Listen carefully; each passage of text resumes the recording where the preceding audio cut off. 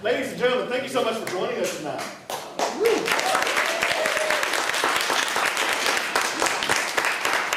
My name's Harrison Young. I'm the playwright development mentor for Next Rung Productions. It's an honor to be here with you guys and to be at the River and Rail venue. And so, how nice is this with all the spooky stuff they got going on? Even the drunk dinosaur. It's that poor guy. He's running the street. And so, most important thing I could say right now is there's going to be a 5 or 10 minute break after we read the entirety of the show, so if you need to use the bathroom right now, this is your last chance. Okay? Other than that, I want to share with you guys, since this is the first in-person event Next Rung Productions done in 3 years, thank you for that one boo and for thank you, I'm honored. I want to share a little bit about what we do as a program and what we're doing tonight. So, I've been looking out for new plays and local playwrights for several years as hard as I could, but I come from a playwriting background as well. Some of you have seen me doing work with a Tennessee Regional Rep, work with a Dramatist Guild, or literary manager work with a Tennessee Stage Company. Come from a playwriting background. You may have seen some of my plays around here.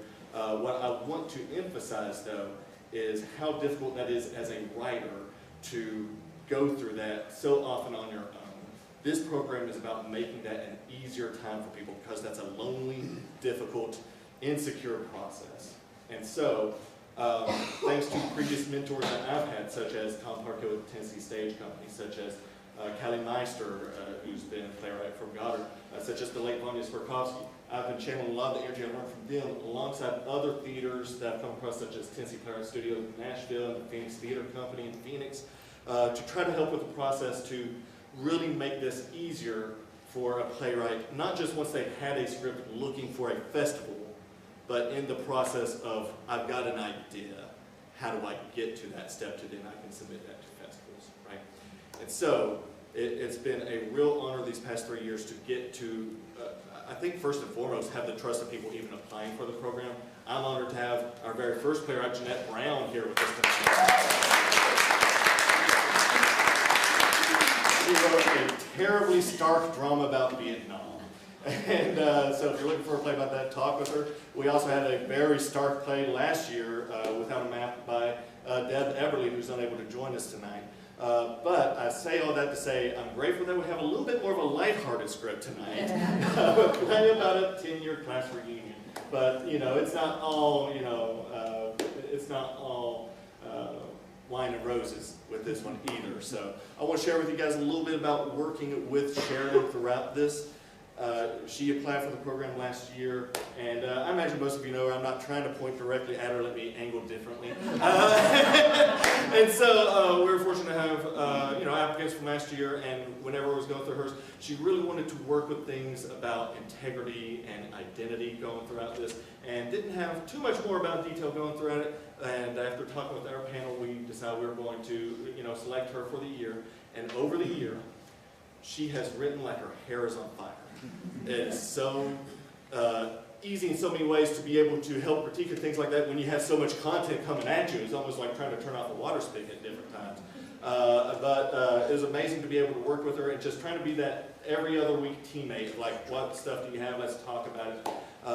One of the things our program does as well, on top of just the support along the way, is also trying to make sure that we have talented people to help bring additional opinions along the way, because I don't have all the answers. I'm not writing the play. It's Sherridan's play, right? Whenever we did Jeanette's play, we had 4 people come in before we did a reading. Last year we had 6 people come in before a reading.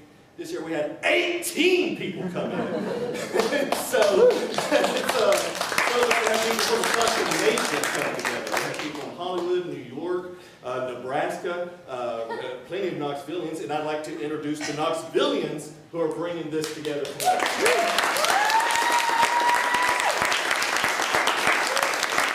Starting with Carolyn Corley, who knows how many shows you've seen her in, but multi-talented. We just got Web Developer of the Year, I saw. That's right. Juliana Sanderson, who helped with Next Rung last year Without a Map. Sienna Wood just got done with Flying Anvil, and then also we worked with Children's Theater before. We just recently learned about it. Elise Baines been seen him in multiple shows, including Measure for Measure most recently. Julia Dietz, who just got done with A Sweet Surrender over at TKD. Casey Payne, who recently did Turpentine with the Tennessee Stage Company. You're going to recognize the voice for her stage directions. Chrissy Kuiper with WOC. So it's a great honor to be working with such talent in these different ways. We're going to read the play, and you know, we've rehearsed it a few times trying to prepare it for an audience such as yourself. After we do the reading, we're going to take a 5 or 10 minute break. We hope that you'll stick around because afterward, we're going to talk about the play. I'll be co-moderating with a special guest co-moderator, Lee McMahon, who was Sheridan's high school theater teacher in this play about a high school reunion. How was that?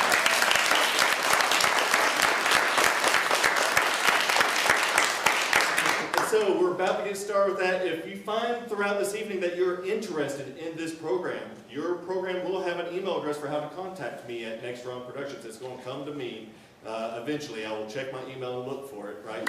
We are also open for applications for 2023 if you would like to plan to be a playwright like this for next year. We've usually been working with one playwright per year. There is a consideration for a second playwright if the second playwright's right? So don't be afraid to shoot your shot over here, right? We're excited for that. And also you want to follow the Next Rung Productions page because starting next week, for the first time, we're going to be releasing the video for all 3 of the videos that we've done for Next Rung over the past 3 years. It'll be the first time they've been public, just readily available.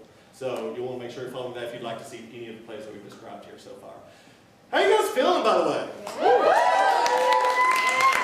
I'll take that. So guys, without any further ado, I would like to hand the ball off to our very talented cast. I hope you enjoyed the show.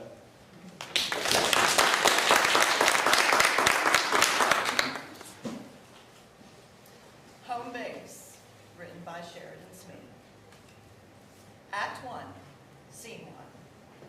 All 7 characters are alone or with their partner in respective spaces, vignettes, of each of them preparing to go to their 10-year high school reunion. Minimal set deck, just enough to better understand the characters.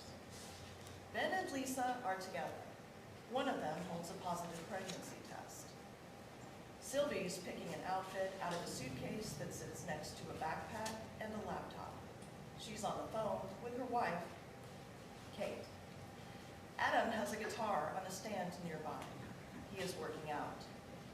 Michelle is putting on lipstick while Rick straightens his tie. Rose is saying self-help mantras in the mirror. Can be an imaginary mirror. Maybe while brushing her teeth or putting on mascara for extra comedy. 5, 6, 7, 8. Shift focus to Michelle and Rick. I heard Ben and some of the guys were talking about going to Watley's after the reunion tonight. Honestly, Michelle, I don't think I'm going to want to spend any extra time in the same crowd. If we go out after... I think it would be good to be out in public with them so people can see the local alumni vouching for Mr. Rick Perlman. Shift focus to Adam.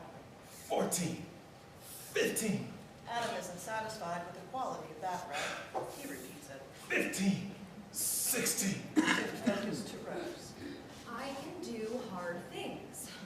I grow with every challenge. Shift focus to Sylvie. Wait, so you got them to do the June Festival and the tour with Miller Productions? Oh my God, that's fantastic. You're amazing, and I can't wait to be back home with you. Shift focus to Adam. 1, 2, 3. Shift focus to Rose. I release negative self-talk and do not need validation from others. Shift focus to Ben and Lisa. I just can't believe it. I know, I mean, I felt it. I think I've known for a few days that it was taking so long and with so many, I was beginning to think it wasn't in God's plan for us. But you're pregnant. I'm pregnant. Gonna have a baby. Shift focus to Rose. Whew, wonder if I'll have to talk to Michelle. I mean, she's in charge of the damn thing. God, what am I doing? Why am I even going? Shift focus to Adam. 7, 16, 17, 17, 18. Shift focus to Sylvie. I'm looking forward to it, actually. I don't know how many of my art friends will be there. Michelle Whitaker, well, that was her maiden name. Anyway, she was this wealthy, beautiful girl in school, class president, you know, kids all vote like it's a popularity contest. She's the one who planned the reunion. I think she's still pretty connected. I'd expect nothing less. So we'll see who she's tracked down and who shows up. It'll be nice to actually be back in the building. A walk down memory lane. I just wish you were here to go with me. Shift focus to Michelle and Rick. Jan called and Wear the black loafers. They'll go better with that tie and match my dress. Jan asked if I could switch weekends and take the kids on Saturday. What Michelle, did you tell her? I said it works for me. We've got that pancake breakfast fundraiser, and I think it would be good to be seen there as a family. That's smart. shift focus to Adam. At some point by now, he has finished his workout. He sits to catch his breath and wipe the sweat off. Shift focus to Ben and Lisa. Do we have to go tonight? I'd rather stay home and be with you. Just the two of us. Or 3 of us. Me too. But I've been helping Michelle plan this for months, and I really am excited to see everyone. 10 years. A lot can happen in 10 years. Okay, if you're in, I'm in. Lisa smiles. I heard Adam Dyer is still in town. I know he came back for his dad's funeral, but that was months ago. Do you think he's staying? I don't know. We've hung out a few times with the old baseball gang, played some cards, but Adam doesn't talk much. Adam grabs his guitar and strums a few chords while the others do their finishing touches. Shift focus to Rose. You are a different person than you were in high school. They'll see that. You're confident, well-adjusted, and damn gorgeous. Ooh, I am powerful. I trust myself, and I trust the process. Shift focus to Sylvie. Yes, I'll call you after. Love you, babe. Bye. Sylvie hangs up the phone. Shift focus to Rick and Michelle. Good, Miss Perlman. And you look like a future congressman. Rick leans in for a kiss, but Michelle dodges him. I just did my lipstick. Let's go. I told Lisa to meet me there a little early to go down the checklist. All right. You might want to grab your coat or something. It's really windy out there. Michelle nods. She and Rick exit. One at a time, the remaining couples and individuals exit. Adam stops strumming, picks up the guitar, and exits last once the lights have calmed down. Scene 2. A banner hangs in a high school gymnasium. Welcome class of 2012. There's a welcome table where people fill out name tags. Michelle and Lisa are at the table. It's windy outside, so as people enter, they should be disheveled and fixing themselves. Thanks for being here early, Lise, and for setting everything up. Of course, I told you I would. I see you dragged Ben along. Well, we came together. So sweet. Still enjoying married life? Oh yes, it's a blessing. Ben seems like a good husband. He is. He's my best friend. Rose enters. She's the first to arrive. She uncomfortably walks up to the table. Rose Humphreys. Wow, I didn't think you'd make it. Yeah, well, Welcome. Here, would you fill out a name tag? Of course, we all know each other, but people change a lot in 10 years. I mean, look at you. Rose fills out a name tag. Rose Humphreys. And slaps it on. Lisa and Michelle stare. a little throwback. Lisa awkwardly chuckles. Okay. Ben enters. Rose, wow, so great to see you. Fun name tag. Good to see you too. How have you been? Oh, I've been great. You know, Lisa and I got married last year. Yeah, I saw pics on Facebook. The hearts. Looks like a beautiful ceremony. Was it at the Baptist church down the road? Yes, you know I grew up there. And now it's our home church. Oh, well, good for you guys. Congratulations. That's not even the best part. We just found out. Ben, honey, let's go make sure the signs outside are still hanging. Ben and Lisa exit. Weird. Rose and Michelle make eye contact and shift uncomfortably.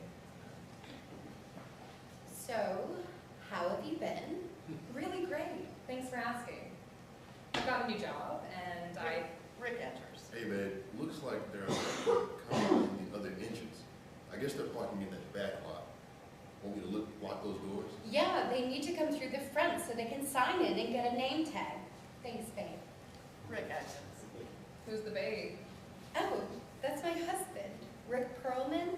He's an attorney in the DA's office. He's running for Congress. Oh, yeah, I forgot. Yeah, I think I saw those photos too. And you got 2 kids? His kids, my bonus kids. Oh, well, congrats to you both then. Sylvie enters. Oh my God, Sylvie Peterson? In the flesh. Did you come all the way from LA for this? With this and to visit some folks. Well, us little people are honored. Hi, Sophie. Rose, it's been too long. Yeah, since ceramic senior year. How's the hard-hitting journalist life going? It's good. It's good. Might be time for a change of pace, though. Ben returns. Oh my gosh. If it isn't Sylvie da Bomb Peterson. Adam enters. And Adam, hey man, how's it hanging? Do we need name tags? Just to be sure we know who everybody is. Would hate to let any reunion crashers sneak in. Sylvie fills out a name. Adam joins her at the table. Rose, you want a drink? I think they've got the bar up and running. I think I'm good for now. Thanks. Rose. Remind me your last name? Haha. Rose points to her name tag. Humphreys. Oh, Christ. Humphreys. Yeah, funny. You know what? I will take that drink. Rose and Ben exit. Lisa enters. Michelle, we've got a situation in the parking lot. Some guy says the wind blew so hard his door hit Rick's Beamer. God damn it. Michelle and Lisa exit. So, Adam, how you been? Alright. Been back a few months. It's been nice to see everyone again. Oh, yeah? I didn't realize you were all that close with the folks from high school. The guys I played baseball with weren't really that close. We grabbed a couple beers a couple times, played some poker. Cool. Great. I'm sorry about your dad. Adam shrugs. I heard you left the army. Yeah, it was time. Did it have anything to do with your dad's passing? Damn, Sylvie. I'm sorry. I forget where I am. Fall back into reporter mode. Anyway, what are you up to now? I'm still figuring it out. Right now I'm bartending at Watley's. Sounds fun. Are you going to the after party there tonight? I might. Figure if I go, I can score the crew some free drinks. Probably why Michelle invited you. Sylvie smirks, but Adam frowns. I'm kidding, of course. So what have you been up to? I heard you got married. Yeah, yes. My first wife, Kate. She's a gem. She didn't know it. She's a booker and had a big client to reel in. She's a badass, though. Told me today she signed him for a festival and a tour. Hey, that's really cool. I've been really into music lately. Trying to teach myself guitar. That's great. Know any fun tunes? I'm not very good yet. I can fumble through one or two, but it's not pretty. Rick and Michelle enter. I swear to God, if that jackass doesn't have insurance. Hey, he does, and he's good for it. I know his mother, for God's sake. I drove it off the lot last week. I know, but it's just a little ding. We'll get it handled. Why are you guys still hanging around here? Go grab a drink, mingle, have fun. You heard the woman? Sylvie and Adam exit. You have got to chill out. A diplomat has to be cool, calm, and collected regardless of the circumstance. Look, schmoozing the kids you went to school with wasn't exactly a stop on the campaign. It might not have been a planned event for you, but it is an event that I planned. And it's important that you're here and make a good impression. say so. Go get a drink and make sure you tip the bartenders well. I will tip them appropriately. Lisa enters from outside. Ben and Rose return from getting drinks. Ben has a drink for Lisa. Rick slaps Michelle's butt and exits. Ooh, okay, PDA. I know, what are we, in high school? We literally are, actually. I dig it. He grabs Lisa around the waist and kisses her cheek. Aw, lovebirds. Ben hands Lisa the cup. This is, Just water. thanks. Is he okay? He seems pretty upset out there. Oh, he's fine. It's a new car, so he's a little extra careful about it is all. Of course. So, Rose, what are you doing these days? Oh, well, I just got a new job, actually, at a preschool as a 4-year-old class teacher. Wait, you're only 4 years old? That's nice. Bless you, I can't imagine raising someone else's kids. You just told me you're a stepmom. Michelle narrows. Yeah. So, they're my kids by marriage. Families who you choose, right? Sylvie and Adam return, drinks in hand. Right, and I am now a Perlman. Ah, so you took his last name. Obviously. Why wouldn't I? I didn't mean anything by it. My wife and I decided to keep our own surnames. I guess it's just more of a conversation when you're gay. Sylvie chuckles. How long have you and Kate been together? We met 5 years ago and started out just as friends. Then about a year later, we began dating and we got married 16 months after that, in typical lesbian fashion. So, going on 4 years now? Oh, of course I don't know her, but at least from what you posted online, you and Kate seem perfect for each other. She's perfect, that's for sure. You dating anyone, Rose? Oh, no, not currently. Just doing the single thing? Just haven't met the right person. It takes time. Not for you two, apparently. This took time too. I had to get my crap together, then I had to woo her. Christ. Rick returns with a drink. You didn't get me one? You didn't ask me to. What about you, Adam? Nope. I've only been back here a few months, so. Oh, yeah. You the one that was in the military? Yes, sir. Army Staff Sergeant. Thank you for your service. Adam nods. So are you looking for something or just playing field or? Sylvie. What? There's no wrong answer. I haven't really thought of that. Men have more time anyway. Oh, do you just mean for reproduction? Well, yes. Unfortunately for women, we have to be aware of our biological clocks. I guess, if that's something you want. Or you could just con your way into some bonus kids.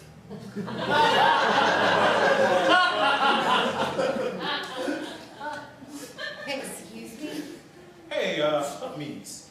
Wanna take a walk? You trying to take a trip to Oz? Something like that. Adam escorts Rose out. What the actual fuck is her problem? Reunions aren't always great for everyone. Why even show up then? I mean, seriously. Leave your attitude at the door, babe. Hell, leave it back in the past. It's been a decade. It does seem like she's got a chip on her shoulder. Come on. Kids weren't very nice to her back in the day. That can leave some legitimate trauma. Are you referencing her name tag? Cute, huh? I'll own that one. You didn't come up with that nickname. Wasn't it AJ or Tim? Who knows? But I teased her about it too. We were little punks, but we just thought it was fun, you know? I figured if she wrote it on her name tag tonight, she was over it. You know, laughing with us or something like that. She should be. It's been a decade. Let it go. You don't see me over here crying about all the time she called me a bitch in high school. You were kind of a bitch back in the day, though. Rick laughs. Oh my god. I believe it. I know I shoot straight. That's it. I'm getting a drink. Come on, Lise. Let's go. Michelle and Lisa exit. Ah, wives. Can't live with them. Sylvie and Ben cheers to that. Rick shifts uncomfortably and clears his throat. So, how did you and Michelle meet? Funny story. She was called in for jury duty on one of the first cases I had after moving into town.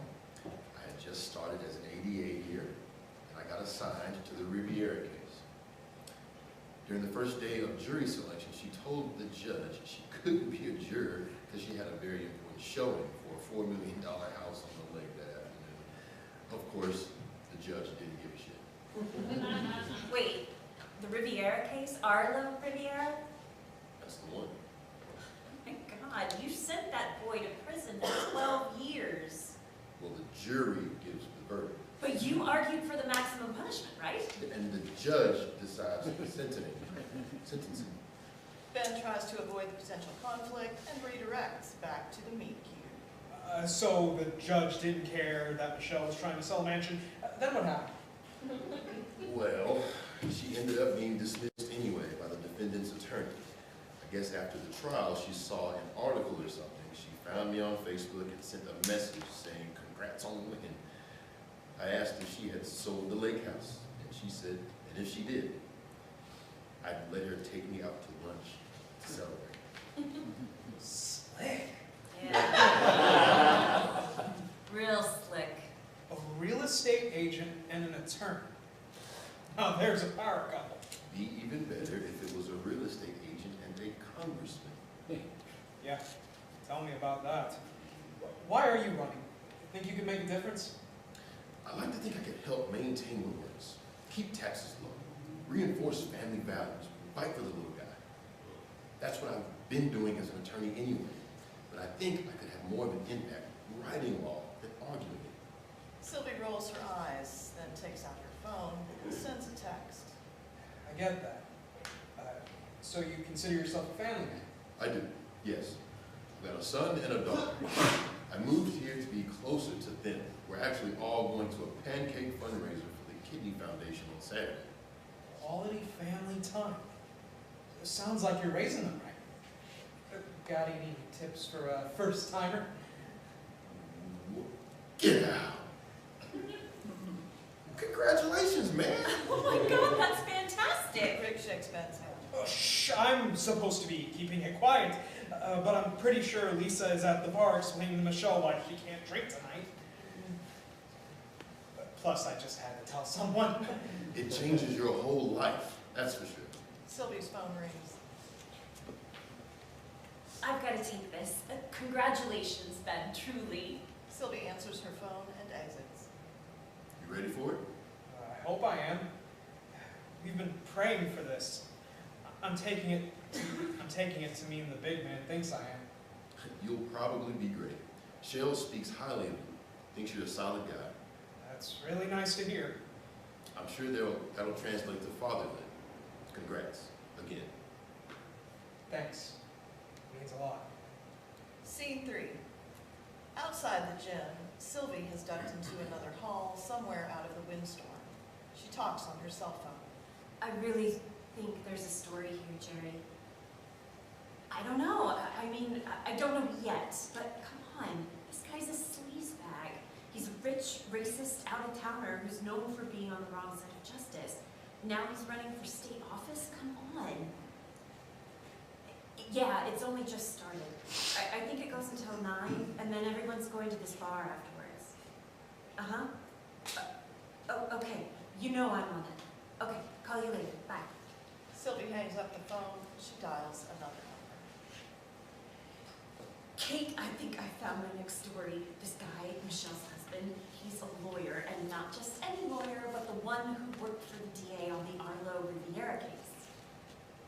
No, I told you about this one from my hometown. The Latino kid who got sentenced to 12 years. Right, and now this asshole is running for Congress. No, I knew Michelle's husband was running. I just hadn't realized he's that same attorney. God, you sound like my editor. The story is political corruption. The story is white guys and the audacity. I mean, yeah, that's a consideration. Look, it's not my goal to take Michelle down, but she's the one who hitched her wagon to this guy. I feel like you're not being very supportive. This is my job. I chase stories. I write the truth. You know that's not it. Of course I want to be with you, but you're on the road too. Why am I the only one who has, why am I the one who has to stay put? Why am I the one who's always left to take care of Bongo and the house? That's why I think it just doesn't make sense for us to... Kate, this is obviously not a productive conversation. I was excited about a lead and wanted to share that with you, but now we'll talk about it when I get back. No, it's fine. We are fine. We're fine. We'll talk about it more later. I love you. Really. Okay. Bye. Scene 4. Under the bleachers at the school baseball field.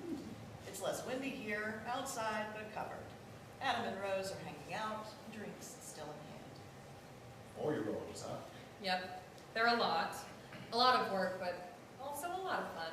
I remember you working in the after-school program at the elementary school back in the day.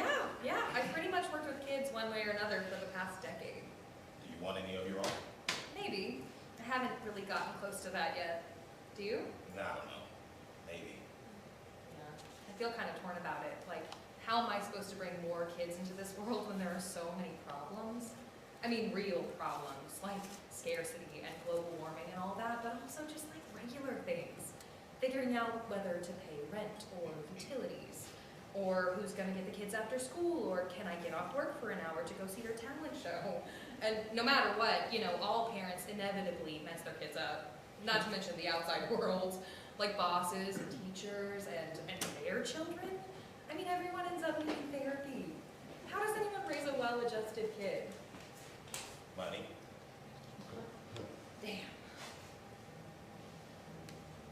Adam, are you okay? I'm so tired of everyone asking me that. I'm sorry, I just didn't. I'm not trying to be an asshole, but it's not like anyone cared back when we were in high school, or back when they, I don't know, when they should have. My dad was an asshole.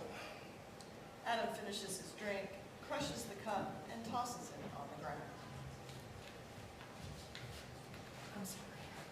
We had a complicated relationship. You know, he was the one who wanted me to be in ROTC, and then join the Army. Be a man. I'm not saying it wasn't good for me. I probably needed the structure. Think you would have been a troublemaker if you had it? Oh, no, I was a troublemaker anyway. Adam laughs. He kicks the crushed cup over to Rose, and they kick it back and forth. You don't remember how often I was in detention? Or that time I missed 2 weeks of school? I ditched like 3 days in a row and was at Mountain Lakes Mall shoplifting. For 3 days? 3 days. I met a buddy there the first day, and it was his idea to pocket a watch, some sunglasses, and shit like that. And I was a little bitch about it. So nervous. But when we didn't get caught, it was like a whole new high. So I went back the next 2 days, alone. Of course, they caught me on the security cameras and said they estimated I'd stolen $1,800 worth of stuff. It took me to juvie until my dad came to bail me out. He was so pissed. Got my ass beat. Probably deserved it. Wow. I wanted to make him proud, and I needed a structure, a routine. And ROTC gave me something to work towards. The Army gave me purpose. But I heard you retired. Well, I got out, honorably discharged. I was halfway to official retirement. Honestly, I should have stayed and stuck it out. Why didn't you? I was just done. I don't know. I feel lost. I get that. I feel lonely, Right now. in general. Rose finishes her drink, crushes the cup, and kicks it over to Adam. She's not super coordinated. Adam stifles a laugh. Okay, so I'm not an athlete. An understatement. Hey, you still a good girl? What does that mean? Means I've got a joint in my pocket and I'll share it if you want. Adam pulls out the joint. Rose takes it from him. You know, good girls can smoke weed and still be good. Adam pulls out a lighter and helps Rose light it. Rose Humphreys, you are an enigma. I always have been. Rose coughs hard. Adam chuckles. Rose notices some graffiti, a BH plus NW. You think that's Ben and Michelle? Adam looks at the graffiti. Ben Hart and Michelle Whitaker. Yeah, tracks. Whatever happened to them? I thought they were still going strong at graduation. I don't know. I never asked Ben about it, but at a card night with the baseball guys, he said something about how Lisa really brought out the best in him. I figured he meant Michelle. Yeah, him and Lisa make more sense to me. You just don't like Michelle. Well, she's kind of the worst. Do you even know her now? A spade's a spade, right? You don't think people change? I don't think egocentric people can grow out of that. Damn. Egocentric. Harsh. Is it? I know I sort of came in swinging. I didn't mean to. I had a whole conversation with myself before I came about how I was going to be cool. Show everyone how cool I am. Adam kicks a cup to her. You had a conversation with yourself. Yeah, just like part of my pep talk before coming to a reunion of people who all bullied me as a kid. Adam snorts. What? Nothing. It's just, you're quick to label things. What do you mean? You think everyone here's a bully? No, not everyone, but some of them. Just seems like a strong accusation. Well, you didn't live my life. I'm not saying they were cool to me either, but I don't know if I'd go as far to label them as bullies. Boys don't get it. Adam raises an eyebrow. Rose takes a drag and passes the joint. You didn't have people constantly talking about your ass or your boobs. I mean, humping the air when you walk by, rating you against other girls. It's borderline sexual harassment. And then the girls are talking about your weight or your hair, and it's too frizzy or it's too greasy or too whatever, and what are you even wearing? Those shoes are so last year. I do remember those guys rating girls. Yeah, you were one of them, and you said I was a 6.5. It's okay. I know I'm a solid 8. Rose chuckles. Adam frowns. Kids are just, I don't think we even realize that I'm an asshole. Everyone's dealing with their own stuff, lashing out, and at that age, you don't understand that other people have feelings too. They say girls only start to develop empathy at the age 13, and boys are at 15, and your brain's not even fully developed until you're 25. So basically, we're all just little sociopaths for like the first quarter of our lives. Where'd you hear that? I don't know, some article I read in one of my early childhood development classes, but it stuck with me. It's more like a third of our lives. What? 25 years, it's more like a third of our lives. No one's living to be 100 anymore. My dad was 57. That's young. Heart attack. You never know when your time is up. Sylvie enters. Rose kicks a cup over to her. She kicks it back. What are you guys doing? Skipping class. Well, I'll be damned. How you gonna make honor roll like that? Adam offers Sylvie the joint. Sylvie takes it. Who brought this? Who do you think? Smoking weed under the bleachers. Real high school throwback. Sylvie notices the same graffiti. BH and NW? Ben and Michelle? That's what I said. I forgot those two dated. How could you forget? They were on homecoming court together. I didn't go to homecoming. But you don't remember voting for homecoming king and queen in homeroom? I've smoked too much since then. Did you go to homecoming? Nah, only dance I went to was the ROTC formal my junior year. I didn't go to any of them. Senior year, instead of prom, I went to a poetry open mic night at Buds and Brews. Sylvie snaps. Hey. No, I totally bombed. I got up there, read this really short poem that I wrote really fast.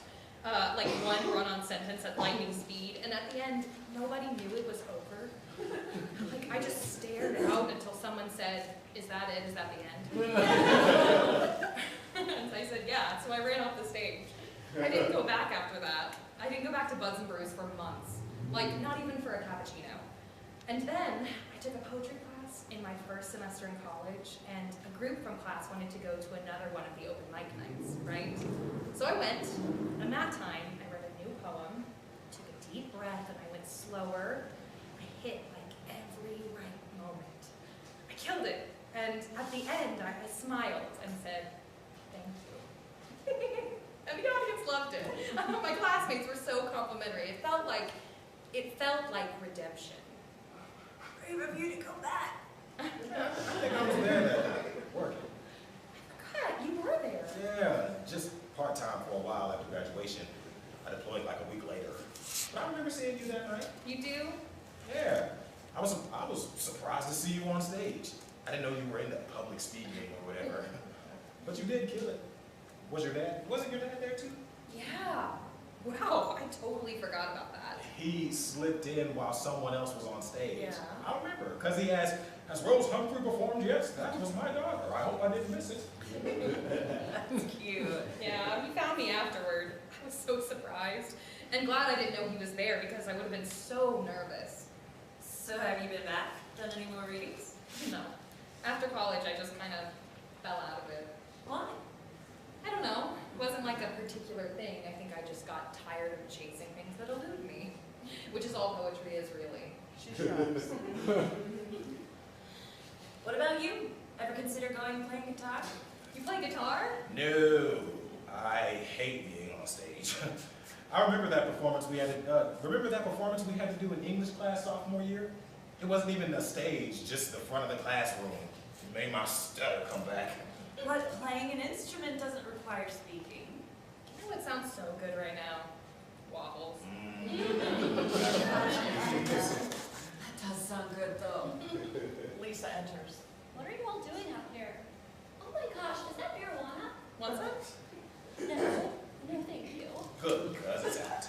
I thought you all left. You've been gone for like half an hour. Just needed a little fresh air. Feels good out here. Yeah, there are like 100 people up there. No one's missing us. That's not true. Michelle asked me to come see if anyone's out here. We just got a tornado watch notification. Lisa picks the crushed cups off the ground. The sirens are going off. Lisa is the siren, duh. Oh my gosh. At least we're already at the school. The gym's a shelter, right? Yes. It does feel nice out here, even with the wind. Lisa takes a deep breath. The rest of them follow and do the same. Hey, do you guys think people change? Lisa and Sylvie look at each other confused. Adam and I were discussing it earlier. I think so. What do you mean? In what way? Like a core thing about you, your identity. Stuff you've always done a certain way. I think you can change habits, routines, and maybe eventually that might change your identity. But some people just are who they are, I think. Okay, so like nature versus nurture, you can change the nurture, but not the nature. I don't think you can just separate them like that. They're intertwined. They impact each other. I believe in divine intervention. I think if you ask God to change you, He will. But what if you don't ask God? He can still change you if that's what's supposed to happen. Maybe someone else asks God for you. I don't like the idea that someone could intervene in my life just like that, without my consent. But for good. God's only going to give you good things, whatever's right for you in that moment. Yeah, maybe. I don't know. I like to think we manifest our own destiny. Do you have to be a good person to manifest a good destiny? I'm afraid I'll never be satisfied, even with the good stuff. I always have to chase the next adventure. You wish you could change that about yourself? No, it's just, it's who I am. I just worry about the people left in my wake. Lisa notices the graffiti. Is that for Ben and Michelle? The others share quick glances. Who knows? And who cares? Let's go up. It's like a time capsule. It's just dumb graffiti. Besides, you got the ring. And the bun in the oven? What? What? What? Shit, I'm so sorry. You're pregnant? How did you know? I'm I'm sorry, Lise. Ben said to keep it on the down low. Ben, wait, are you excited about it? I am, but we just found out today. It's early. I'm really sorry. He said he couldn't keep it in. He was so excited. The tornado sirens begin to blare. Oh my God. We better go back up. Come on. Yes, Sergeant. Don't do that. They exit. Scene 5. Inside the gymnasium. Sirens still blare in the distance. Ben, Michelle, and Rick are together drinking and chatting. Ben and Michelle are calm, as if these sirens are all too normal. Rick is a little more fidgety.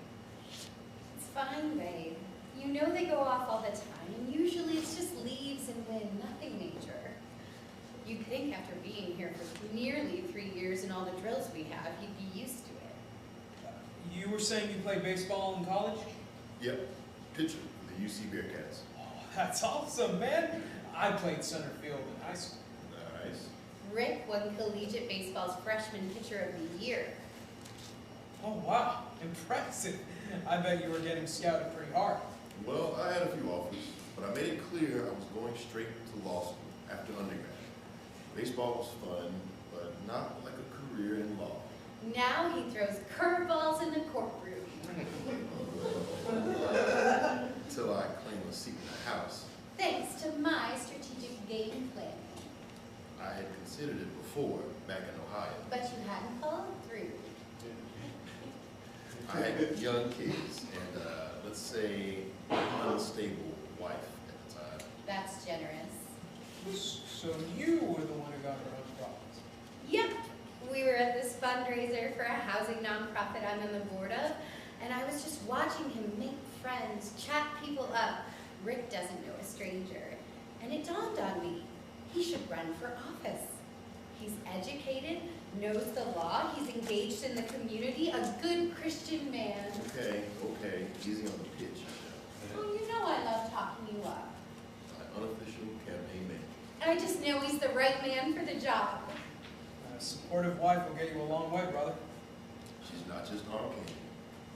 Rose, Sylvie, Adam, and Lisa enter, windswept and disheveled. Benjamin Kate Hart. Speaking of incredible wives. Oh, no, dude.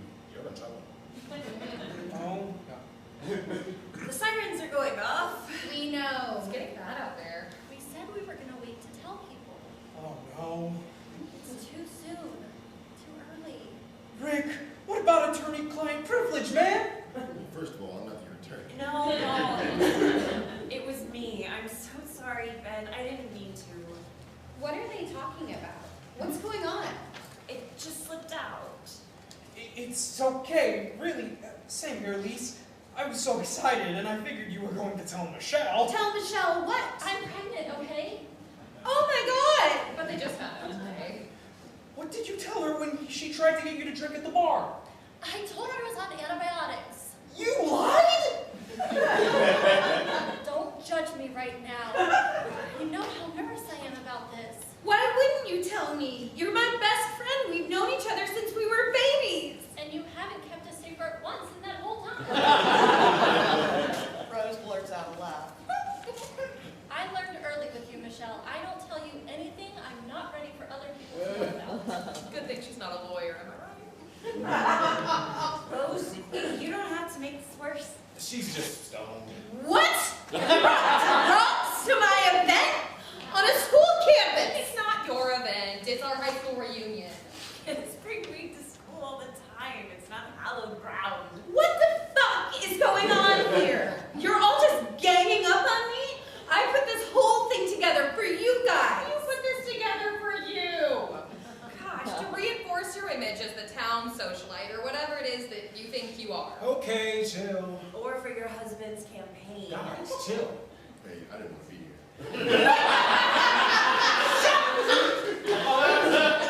I'm with Adam. I think we all just need to take a breath. You started this. I asked you not to mention it just for tonight.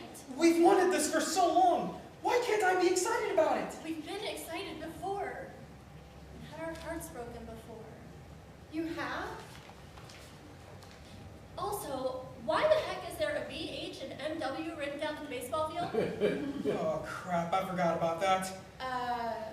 M.W. Michelle. But honey, that was back in high school. It was a decade ago. Bit. He was the one that got away. Jesus Christ, Rose! Helps me to you. That makes it sound like it was serious. It wasn't like that. It wasn't?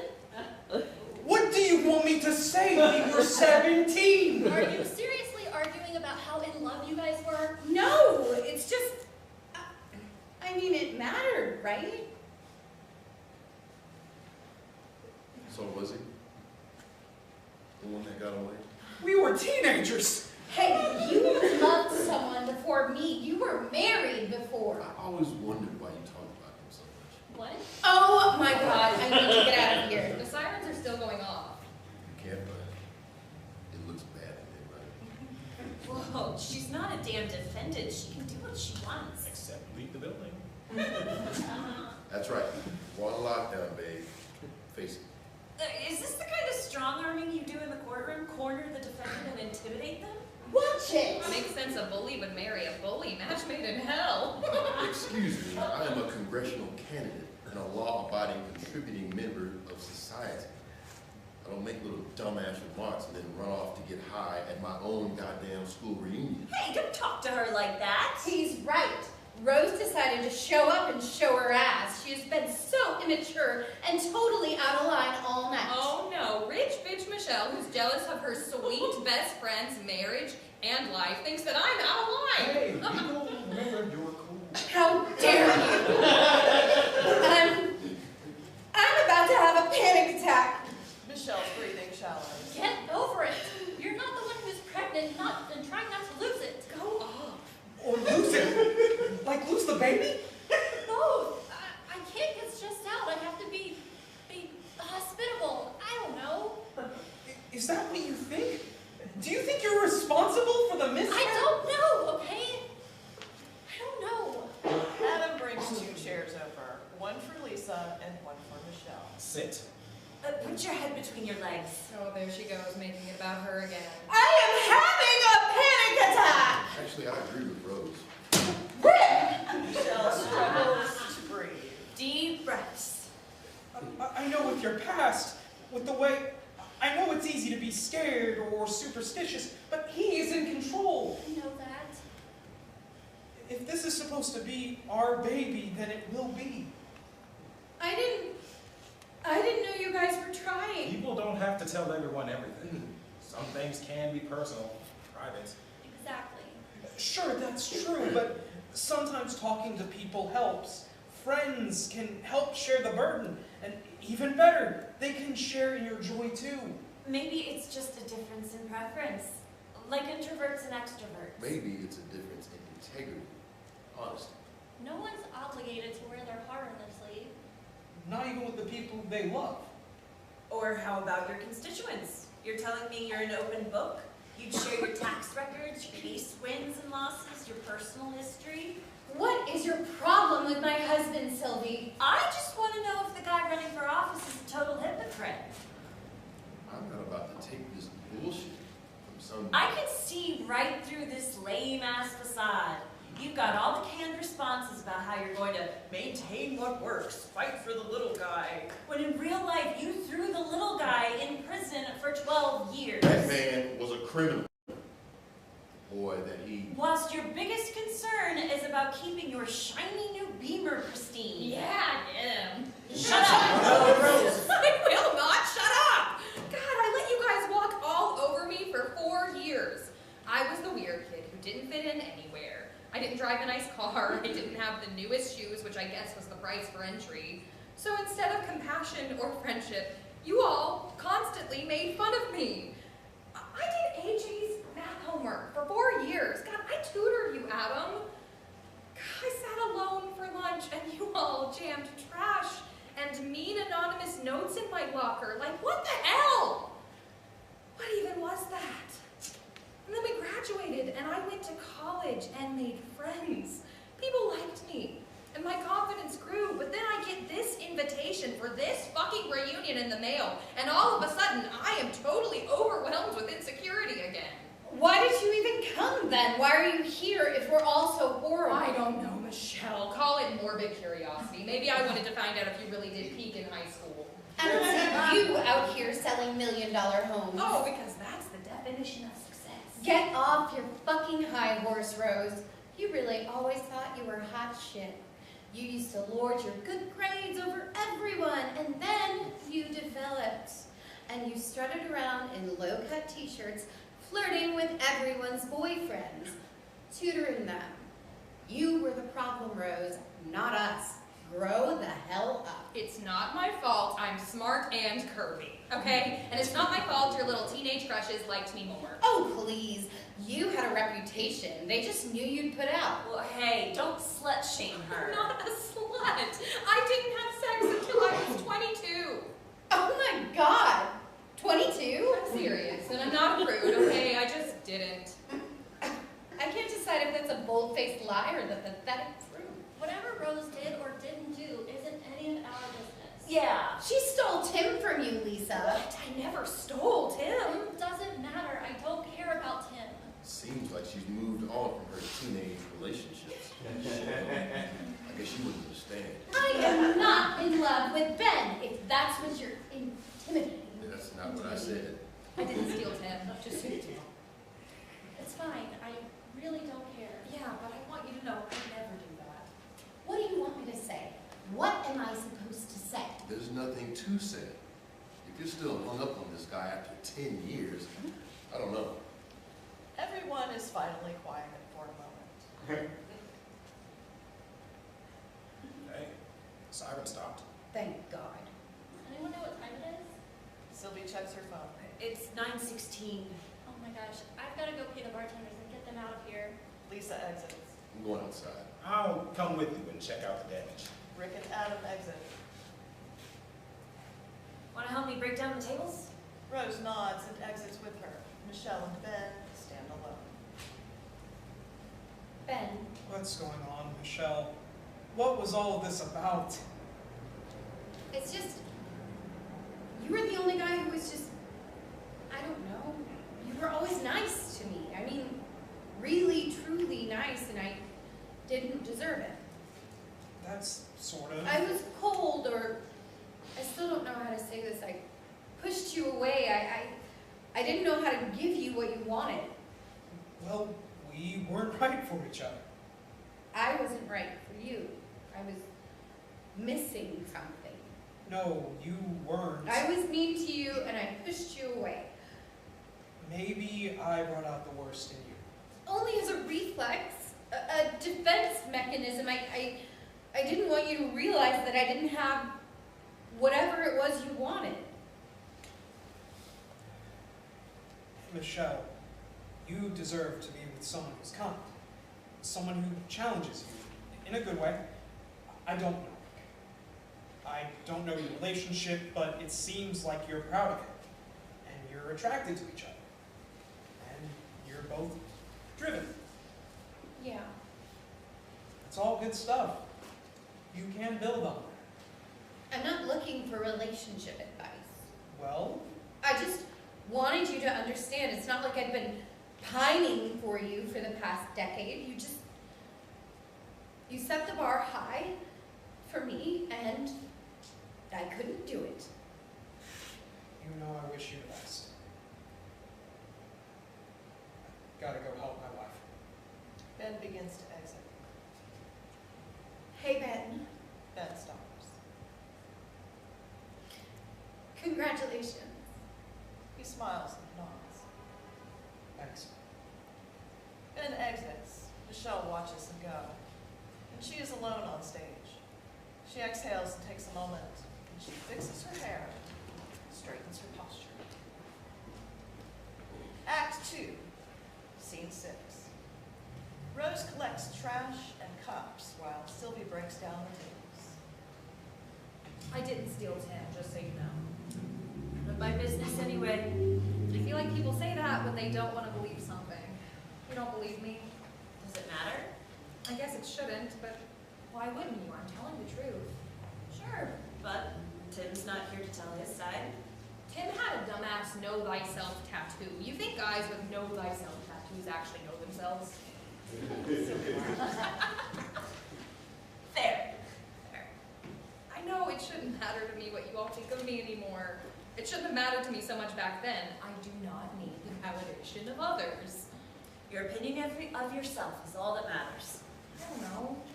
There are some people I respect, and if I respect you, I hope the feeling's mutual. Everyone deserves respect. Sure, like basic human decency, but I mean like respect. Like, I don't know, admiration feels too strong. It's an interesting word. Maybe like recognizing integrity. Integrity. Also interesting. Okay, you're a writer, I get it. They both smile. Is that why it bugs you that someone wouldn't take your word for something? Not someone, you. A person who actually knew me in high school. I didn't lie then, and I don't lie now. I mean, even you were more secretive than I was in high school. Hey, it's valid for a gay kid in the Bible Belt to hold their cards a little closer. Of course, I just mean, you said you think some people just are who they are, born and die that way, right? Yeah? What about progress inside of who you are, like coming out, being confident enough to, in your identity, to own it? That is just one of many reasons people choose to come out. I was always confident in my identity, but I didn't trust the people around me. My community. This community. I still don't. You didn't trust me? Rose, we weren't that close. And the rumors you heard about me were enough. Sure, I heard the rumors, but I didn't necessarily believe them, and I don't necessarily believe them now. What does that mean? Someone's lying, but you don't know the truth? It's not about lying, it's about multiple truths. There's your story, which is true to you, and Tim's story, and Lisa's story. Well, that's pretty subjective for an investigative journalist. I see it like this. There's an objective truth. It's the through line of everyone's subjective truths. That's why you've got to be sure you've got all the pieces before trying to put it all together. You think you've got all the pieces on Michelle's husband, Rick? Rick is one-dimensional. There's nothing to figure out with him. What you see is exactly what you get. Oh, Sylvie the cynic. I like it. I'm just a realist. That's what every pessimist says. I don't disagree with you, though. He sucks. I usually think I'm pretty open-minded, but I cannot stand disingenuous people. He knows how to play a role. Typical attorney. It's more than that. He's running for office, and he's willing to step on whoever he needs to get what he wants. You think he's ruthless? Power hungry? Exactly, and I don't think those people should be in power at all. Yeah, I would have said that about Michelle in high school. I guess nothing's changed. Sylvie doesn't respond. Can you handle the rest in here? I'll go out and pull down the streamers and signs. Sounds good. Rose exits, and Sylvie begins to sweep up. Ben and Lisa enter. If you want me to, I'll go paint over that graffiti right now. It's not a big deal, it just bugged me in the moment. Michelle and I have spent more time together than usual lately planning this event and talking about our high school days, and I just think about how everything could be different. Yeah, but I'm glad it's not. We've been through a lot. We've only been married for a year, but we've still been through a lot together. That's true, but I wouldn't trade it. What if it's just you and me? What if I can't give you a baby? Hey, don't talk like that. We might be holding our kid in our arms in just a few months. But what if... Think positive. Have faith. I'm gonna go outside and check the exits. He squeezes her hand and exits. She watches him go. Lisa joins Sylvie, and the two begin stacking chairs. Hi, Lise. Rose just went out to pick up trash. The two work in silence for a moment. So, we haven't really had the chance to catch up yet. Are you working? What do you do? Oh, I'm a teller at the central bank. Interesting. You always were good with numbers. I also serve on the finance committee at church.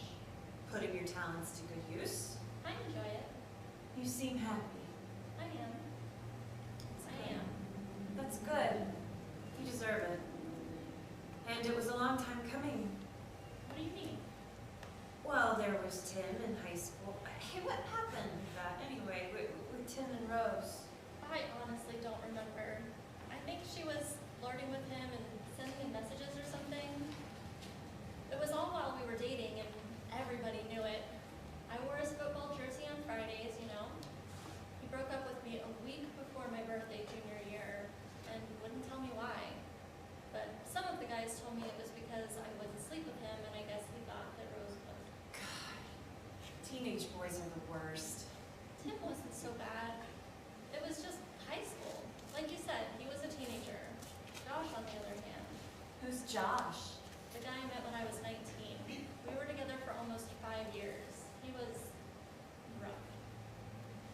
What happened with him?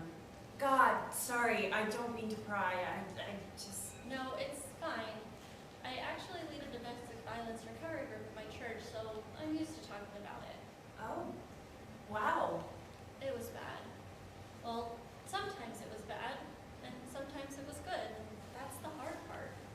We were engaged and we had been together for so long. We put so much time into it, so you think, I don't want to waste the time I've already invested. But if he was abusive... People who haven't experienced it can't understand. The cycle's like a drug. The lows are terrible, but the highs are so good. You'd be caring and tender and so genuinely apologetic.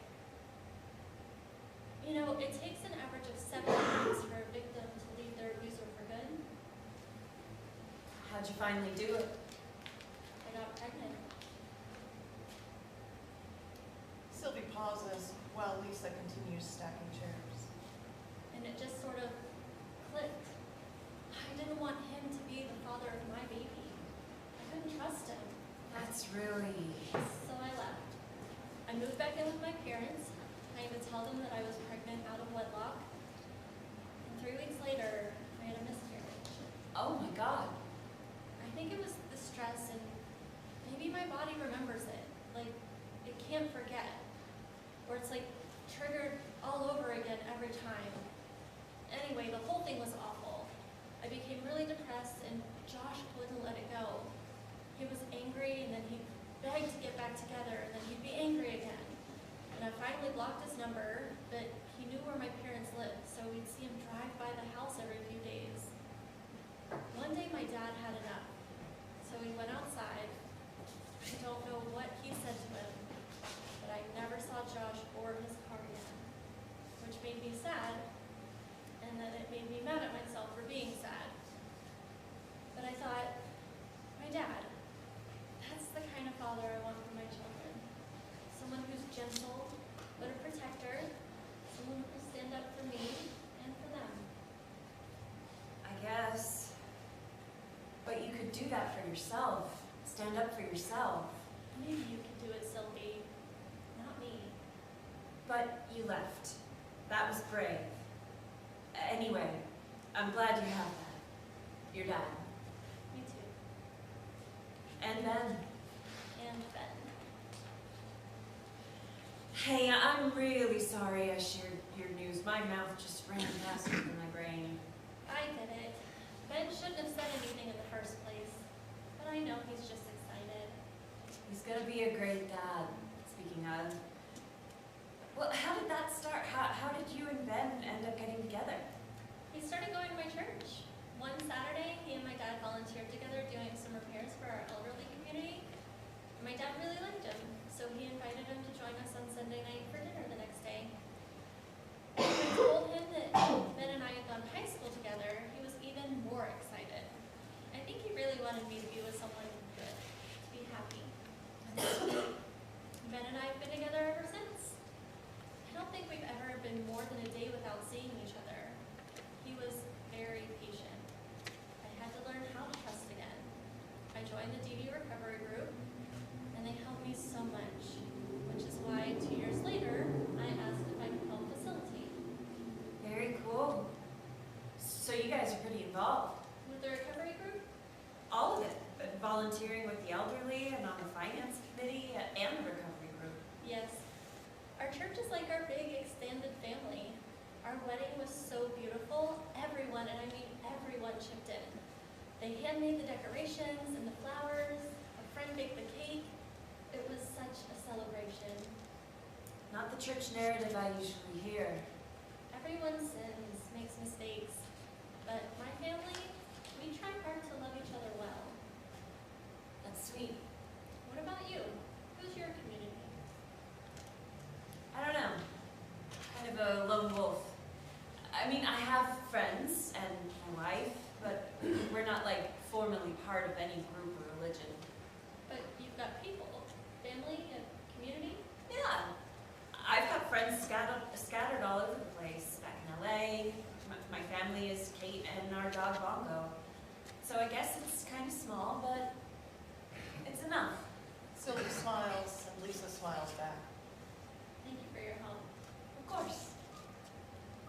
7.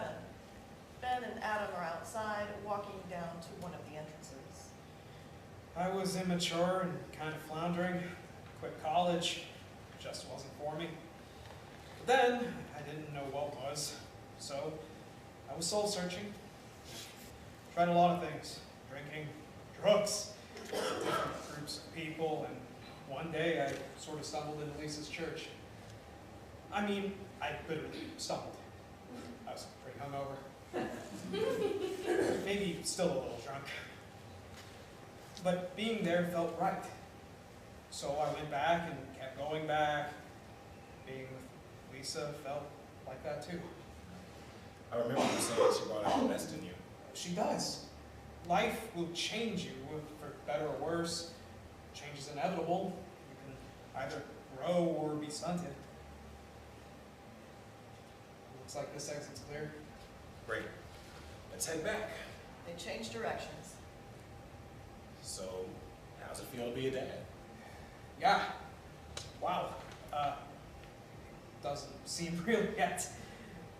You know when you want something so much, it almost feels like a dream when it happens? You wanted kids like that? Yeah. My sister had her first a few years ago, and becoming an uncle just flipped a switch or something. I love my nephew so much, and after Lisa and I got married, I wanted to start trying right away. Everyone loves trying. Don't get me wrong, that part's fun. But I don't know. She's my best friend. Having a family with Lisa be the adventure of a lifetime. Lisa and Rose enter. Rose is carrying the wind-battered reunion sign she's collected. There she is. Looking for me? I was just talking about how great you are. Lisa, where should I put these? Just toss them. We'll only have one 10-year reunion. That's true. I'm kind of sad. The signs were nice. You did them, right? Yeah, I designed them and Michelle had them printed. It was a nice event. You guys did a good job. I'm sorry I kind of ruined it. Hey, I helped ruin it too. There was a lot going on. And with all the wind, with the windstorm. Are all the exits clear? They are now. This one's good. And Prince Adam, he manned a giant limb away from the west entrance. Very nice. Thanks for doing it. No problem. Ready for me to take you home? You guys aren't going to Watley's for the after party? Man, after tonight, I don't think there's going to be an after party. I just want to take this one home. Good night, you two. Night. All right. Humpies. You want to go hang out? I got frozen waffles at my place. I'm down. Rose and Adam exit together. Lisa and Ben continue walking toward the parking lot. Tonight was Crazy. I'm sorry I told Rick and Michelle. I knew you wanted to keep it private for a while, and You're excited, I know. I get that, but we just found out today. Medical history aside, I would have liked some time for just us. Some time to ride the roller coaster and just be the three of us without outside commentary or pressure. I understand. We've processed all of this differently, shared some stuff, but I know it wasn't the same or even at the same pace. I know it's a different experience for you, and I just want you to know that I understand. I mean, I don't, but I know I don't. Thank you. I do know I will love you no matter what. We both said we want kids, and we've talked about all the options. At least, I don't care how we do it. All I care about is doing life with you. You're an island. Lisa kisses him. I love you. And I am excited. And I think that makes me more scared. Shouldn't I be wise enough at this point to know that just as quickly as he gives, he can take it away? For I know the plans I have for you. Plans to give you hope and a future. Hope. Hope. Maybe if it's a girl, that should be her name. Ben grins. I like it. He kisses her cheek, and they exit. Scene 4. Oh, excuse me, scene 8. Sylvie sits in the room where she's staying with the same luggage from the first scene. She's got her laptop open next to her, and she texts her editor. Hey, Jerry. Reunion? Was it great? There was a tornado warning, and we were all on lockdown inside the gym. Things got heated, and the after party was canceled. I might have won my shot at an interview with Rick, but I'll write an outline anyway and send it over ASAP. Talk soon. She hits send and switches from phone to laptop. She talks out loud as she types. Okay, so Rick Hurlman, college baseball player turned attorney, mid to late 40s, running for a seat in the state house, asshole. She sighs, then deletes, then continues typing. Moved here from Ohio a couple years ago, got a job in the DA's office, married to Michelle Whitaker. I guess now Michelle Perlman, who is nearly 20 years his junior, and now the stepmother of his 2 kids. Sylvie pauses. Michelle, what are you doing with this guy? She continues. Married at least once before. X might be a good lead. Rick is a self-proclaimed family man, says he believes in traditional family values. We all know what that means. Typical privileged white guy, condescending prick with a shiny car and a short fuse, asshole. Oh. She rolls her eyes and then pauses for a moment, then deletes, and resumes typing. Rick was the lead attorney on the Arlo Riviera case that went to court 2 years ago. Quick Riviera breakdown in my hometown. Latino kid, 18 years old, high school senior, gets into an altercation with a classmate, a white boy, after he stole something of Arlo's. White kid says A attacked him, had a knife, and threatened to kill him and his family. No proof of this. Security footage shows no knife, but police later found one in A's backpack. Because the other kid was 17, Arlo was charged with aggravated assault on a minor. Sylvie pauses and exhales. Jury, made up of mostly white people, sided with the prosecution. Court convicted Arlo of a felony, sentenced him to 12 years. And Rick walked away with a fat-ass paycheck and an even fatter ego. Bet that case paid for his Beamer. Need to speak with Arlo and his mom, reframe the narrative, expose the bias in the case, and show that Rick could not be elected to public office. And my wife doesn't understand why this is so important. Sylvie stops typing. This is my state, my hometown, my community. And this is what I do. Exposing the truth is who I am, and if people can't handle the truth. She stretches out her hands, envisioning a headline. Will the arrogant prosecutor fail to defend his character, or will the plucky journalist strike out? She reflects. The game is rigged. It's rigged. But I'll go down and see you. Scene 9. Michelle and Rick arrive home. Michelle takes off her shoes, and Rick loosens his tie. I'm going to bed. Do you want to talk about this? No. Talk in the morning. Okay. Rick exits. Michelle is still for a moment, takes her phone and dials a number. Mom, I know, sorry it's late. No, everything's fine. It's fine. Rick and I just got in a little fight, but it's no big deal. He just got jealous about someone I used to date. It doesn't matter who, Mom. That's not why I called. What do babies need? A friend is pregnant and I want to get her something. What does a new mom and baby need?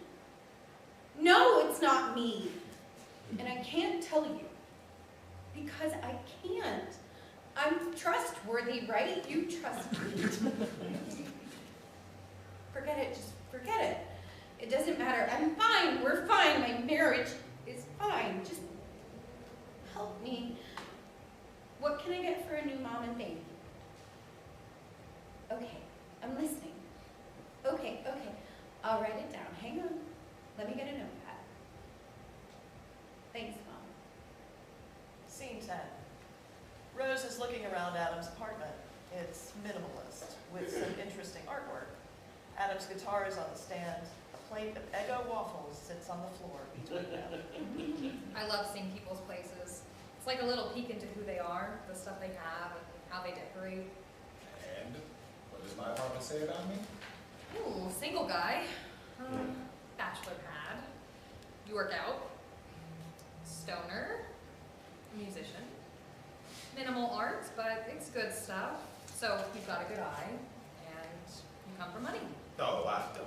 Oh, come on, Adam. I remember going to your parents' house after school to tutor you. It was a mansion in a gated community. It wasn't that big. It was fine. I didn't even have my own bedroom, and now I'm sure one of these pieces could cost a month's rent for me. Rose gestures to a piece of art nearby. Actually, I got that for $15 at a market in Qatar. Seriously? Okay, bargain shopper. Maybe you just have great taste. Yeah, I like that one, honestly. I probably would have paid more. No judgment. If I had money, I'd spend it on art too. Remember how earlier you said it takes money to raise well-adjusted kids? Yeah. Do you think that's true? Are you well-adjusted? No, Jesus Christ. I guess I meant not having financial troubles would help. But you got a fair point. Not having money did not make my life any easier. Or having money did not make my life easier. Actually, probably the opposite. Why do you say that? My parents didn't need to ask off work to come to my talent show or my baseball games or ROTC things, but they still never came. That sucks. I'm sorry. Adam shrugs. Anyway, tell me, what does your place say about you? My apartment? Yeah. Mostly lies. You probably think I'm more creative than I am, that I read a lot, that I'm a film buff. There's enough kid stuff from babysitting that someone would probably think I had kids. So you're not a bookworm or a film buff? I want to think I am. I used to be, but now I mostly work and then come home and watch reruns of TV or hang with the fam. You don't write anymore? No, well, not poetry.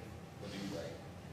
Actually, my parents' 30th anniversary is coming up, so I wrote a little speech for that. Can I hear it? No, come on. I should probably head out. Why? We just got here. Say it. You sure you want to hang out with a 6.5? Oh, fuck. You want to hang out with a total asshole? Oh, I was kidding. I'm kidding. No, that was horrible. I'm sorry I was such a shithead. Seriously, Adam, I shouldn't have brought it up. I'm over it. I promise. You don't have to stay. No, I want to, if that's okay. Well, it's gonna cost you. You gotta read your speech. Oh, God. I want to hear it. And don't you need practice? Let's go. I don't have it memorized. So read it. It's sappy, and it'll be weird with just you for an audience. I'm not weird. What's weird? Just do it, Rose. It's pretty long. Adam raises an eyebrow. Okay, fine. Let me pull it up. Rose pulls up the speech on her phone. My mom and dad have been together for 30 years. The Pearl anniversary. It represents wisdom and refinement, taking the bad and annoying and threatening things and turning them into something precious. They met in a coffee shop. And if you ask my dad, he'll say the first thing he noticed about my mom was her great legs. She does have nice legs. They got married after knowing each other for only 8 months. They say, when you know, you know. My mom told me it happens when you find someone who's on the same path you're on, someone who wants the same things and who's already pursuing them, like two rivers converging. I'm the oldest of my siblings, the first pancake, the one they had to practice with. But that meant that much more face time with my life giver. That many more hours of conversation and shared firsts and mutually revisiting closed cases when my sisters arrived at the same crossroads. My mom and dad, they're very smart people. They talk about philosophy and theology, and since I was a kid, they've included me in some of those conversations.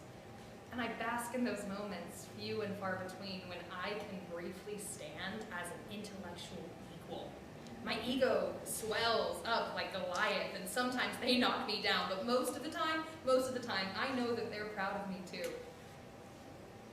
Our dynamic has shifted as I've outgrown the parent-child relationship we used to fit so comfortably, like jeans stretched and splitting at the seams. Sometimes I realize it before they do, and on that rare occasion that the universe gives me grace, I say, it's time for new clothes. The way my mom used to say to me, without an ounce of judgment, just love. My mom and dad, they see me. In a world of people fighting to be seen, their river did not flood everything around it. They didn't swallow each other or dry up the streams branching off. Together, they are intuitive yet intentional, widening and narrowing as needed. I hope one day I converge with someone who makes me half as cool as my mom and dad make each other. One day I'll help form a pearl. And in the meantime, I'll cross my fingers that maybe really good chefs can make a decent first pancake. Rose puts down the phone. I titled it A Love Letter to My Parents, even though it's not a poem. Sounded like a poem to me. It's too much, right? No. I think if you're lucky enough to have a family like that, you should write poetry about it. I am lucky. And you're a good writer. Thank you. Adam, you're not an asshole. Adam shrugs. I mean it, and I'm a great judge of character, so I'm not wrong. Okay. You're not like your dad, and you're not an asshole.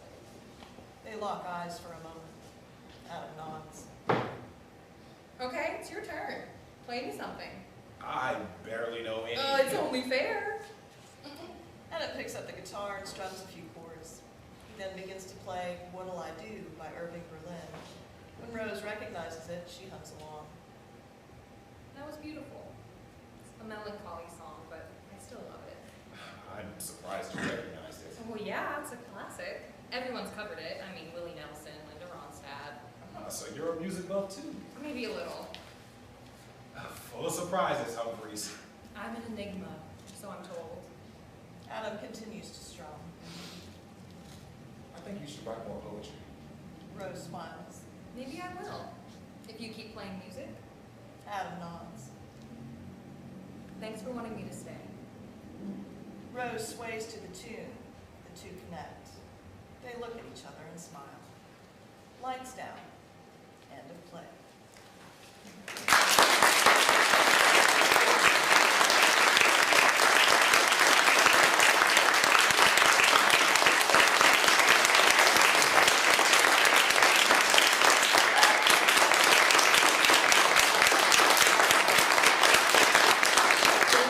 So much for enjoying this reading and attending it here. We're going to take a short break. We're aiming for 5 minutes. If we got to take 10, we're going to take 10. But we're aiming for 5 here because I know we all want to get to the discussion here as well. Whenever we come back, we're going to talk about the play, be thinking about what you want to share, what you want to ask. We're excited to have you for it. So bathrooms are that way. We're going to take a 5-minute break and we'll go from there. Thank you again.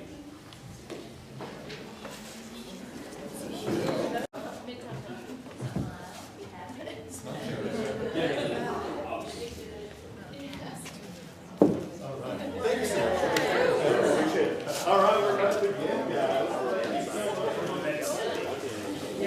So, right before we go into discussion, I just want to point out a little bit of play stuff happening in the Knoxville area. First of all, we are in River Rail's Old City Pack here, so we're very grateful for you to know that. Yes,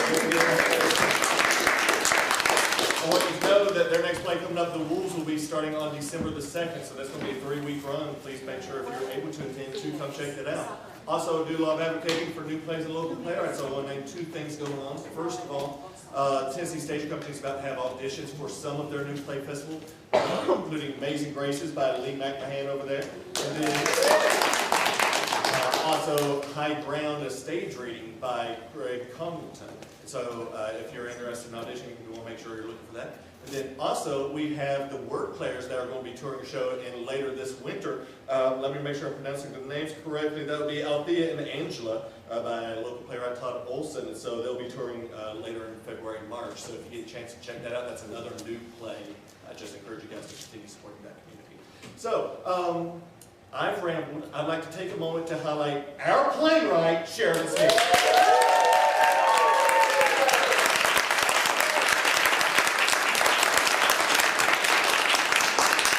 Sherridan, I'm going to have a seat beside you and act like we're natural here, and that we haven't talked about this all year. I want to ask you, first of all, what inspired you to write Home Base? I started just with the concept that I wanted to look at how we portray ourselves to others, and whether or not we're honest about whether or not that really is who we are. So, which then comes back to know thyself, and if we ever really know thyself. And then from there, I kept telling you, I was like, I'm gonna have a light bulb moment. I know I'm gonna have a light bulb moment for how to do this. And then I did, and I called you, and I was like, I got the light bulb. It has to be a high school reunion. And so that's where we like started from. I think it worked out, so we're really glad to see it. And yeah, whenever we first began our program, we had a spitball meeting first, and we weren't really sure where we were going to go yet at this point. So it's just like, you take the lead, you tell me how to support you, and you got there with that light bulb. So that was great. Talking about the program, I also want to give you space in case there's anybody that's interested in applying for the Next Rung program for 2023. I wanted to ask you what your experience was like with the program. Yeah, I've said to you so many times, I've said to every other person who's asked me about it. I wrote a play last year. I was happy with it to a degree. I feel like I was not able to get it to where I wanted it to be by myself. And I keep saying that I think on my own I can get a play at 80%, but with Harrison's help, with the help of a mentor, with the help of Next Rung Productions, I feel like I got this way further. I'm a lot more confident in it. I want to send it off to competitions, and I would never do that with the last one I wrote. And so I think it's been fantastic, and I'm grateful for it. I definitely, if any of you care about writing a play and being mentored, I would so recommend this opportunity. So. Thank you for that. That's super. And I've given her space to say whatever she wants on that, just to be clear. Just because she's surrounded does not mean. So I very much appreciate that. Thank you. I want to ask the audience a question, then we're going to offer the space to our co-moderator here. I want to ask the audience first and foremost, how would you describe Home Base to a friend? And open the floor. You're about to just jump in. You can raise your hand or speak, whatever we need to do. How would you describe Home Base to a friend? I heard whispering. It does make me think of my own 10-year reunion, which I did not attend, but it does kind of make you feel nostalgic for that time when, you know, as a teenager, things were so up in the air and so full of promise, but so confusing. So I really liked that, and I think just kind of nostalgic for home. Nice. Thank you. Who else would like to share how they would describe Home Base to a friend? I don't mean like a stranger, like a friend asks you, hey, I heard you saw this play. What was it like? What do you tell that friend? I would first say it was fabulous. It's the first thing I would say. Then I would say it is a story about introspection, about relationships. Relationships with yourself, relationships to your past, relationships with your hometown, relationships with friends, your future. It's just about that sort of interplay, sort of like quantum mechanics. It's not about two things, it's about the interplay between them. So that's how I describe it. Thank you. There we go. Theater does not have enough quantum mechanics, you're right. I think a lot of actors have changed their careers from quantum mechanics to theater before. So that's great. We can bring this back in with it. Who else would like to speak to this? I think it's really about people and doing their first taking stock of their life. Because that 10-year reunion is kind of that. And then you do that again at your 20-year mark, but it's that first marker where you take stock of who you think you are and try it out in front of who other people validate back who you are. And it was kind of a really cool opportunity to see that we all relate to, you know, people trying out who they think they are in front of others. That's outstanding. Thank you. I guess I would say something, I would call it a dramedy about trying to find the first community after high school, in those 20-something years, and trying to define your community and define, I think, what Sherridan said too about how we present ourselves to others. So, Outstanding. Thank you. Anybody else? I'd say it was a mix of Breakfast Club and Big Chill. You just dated yourself with all that. I got it. I understood that. I was down and I thought, Oh, that's great. Thank you. Anybody else? Cool. I'd like to offer space to share this talkback session with our co-moderator, Lee McMahon. As I mentioned earlier, she is the writer for Amazing Graces that the Tennessee Stage Company is going to be producing again here soon. Also, she is a longtime theater teacher at Farragut High School. She's also directed one of my own plays, Trust Her Very Fully, and with her experience in her education and her theater. So give her a hand real quick.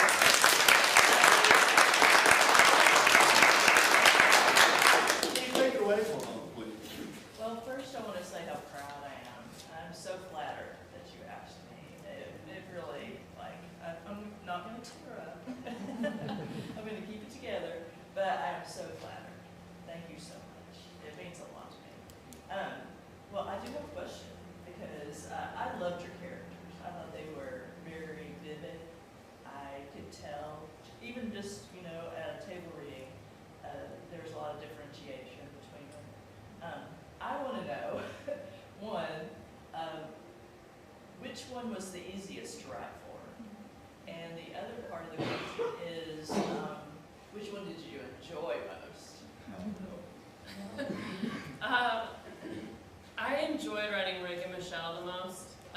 They're the two that I'm like, I would want to play those. Like, that's who I would want to audition for, you know? Easiest, I don't know, that's a harder question. The hardest I'm going to say was Adam. Because trying to figure out how much to give you as an audience or as an actor or as a director without, you know, as a person who everybody says doesn't talk too much. You know, like, how do I tell you who this guy is when he doesn't tell other people who he is, you know? And so, but I don't know if I had a character that was just naturally the easiest. Also, can I ask one more? Yes, please. Did you have, sometimes when I write, I have like I call it a seed scene, one that kind of starts me off. Did you have a scene that just popped into your head or that came to you at some point and that was what started this? I don't remember. Maybe not, I'm just curious. I knew I wanted to do a variety of characters, and so I was like, how many can we get away with? so when I decided that we had 7 actors, I was like, all right, how do I introduce them in a way that you can understand who they are pretty much from the get-go, and then let them each develop in a way that's natural and doesn't feel too chunky.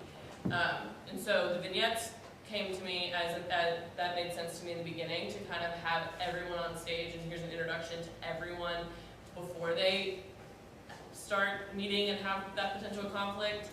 And then I think the leisure scene was I guess, it came later on, but it was the, like, I want to do that, where I slowly add people to this outside space and get to watch how, like, the dynamic changes. You start with 2, then you got 3, then you got 4, and then they all go back, you know? And so, yeah, I mean, I don't know if that answers your question. I would like to chime in, just having worked with you throughout this process. There was a moment when we were, you know, going over some of the graph that you had up to this point, where you're like, I'm going to write something that's not going to go in the script.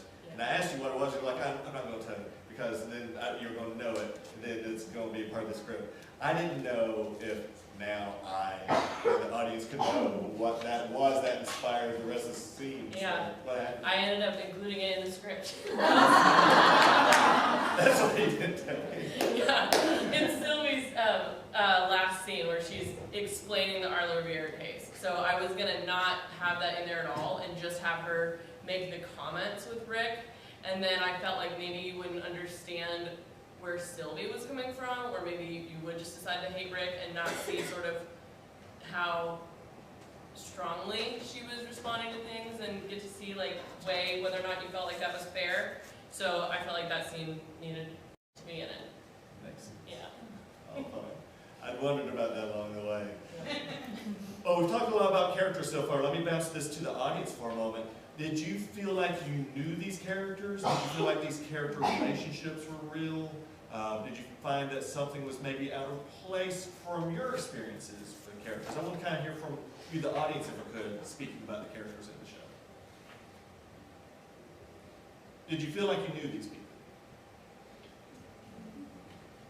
I think I really related to Rose's character, actually, because I kind of had a similar high school experience, and will never go to a high school reunion experience. So it's interesting to see of like a perspective of like, well, if I did go, how would I act? And I'm like, yeah, I would probably be a bitch to everybody too.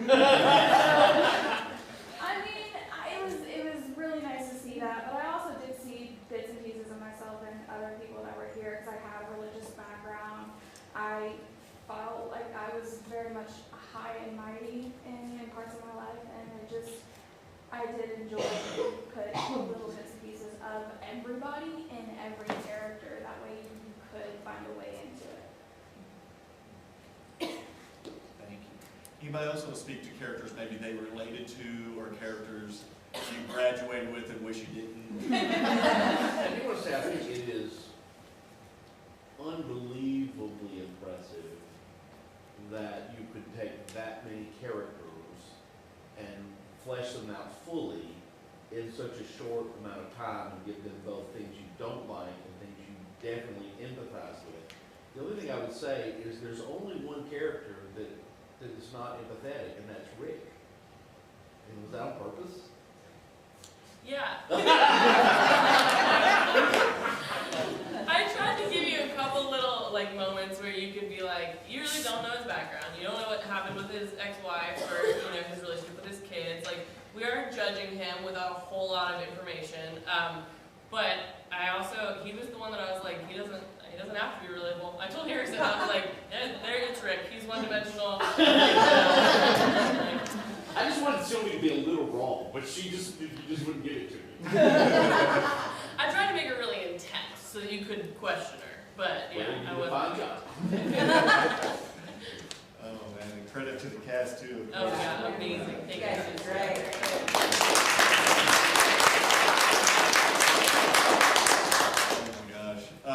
What else did you guys notice about characters or the relationships? There's the individual characters, but also as far as the pairings of people. We've got like Ben and Lisa. We've also got Michelle and Rick, who we talked about. And then Adam and Rose tend to be something that comes together at the end. Does all of that continue to feel real to you? Something that's believable in the context of this script? I thought all the characters were believable and were, while they're in some ways sort of archetypal in terms of people that I knew in high school, that we probably all knew in high school, yet they were very individual as well. So that they were sort of an archetype, but still totally believable as an individual person. And I liked the way that you were able to distinguish between what they may have been like 10 years ago and then were in the present 10 years later. And the only high school reunion I ever went to was my 10-year reunion. And so I thought it was very believable and honest in terms of that.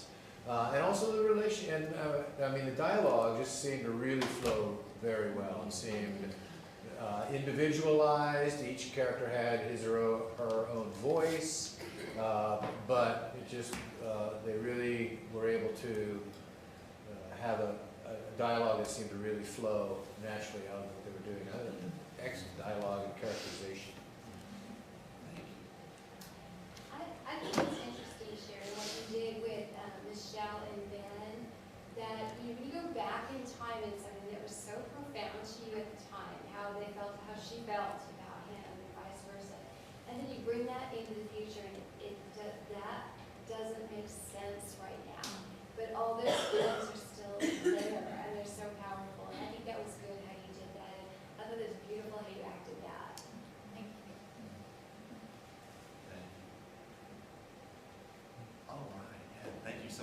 feedback. It's been really interesting to work through the process.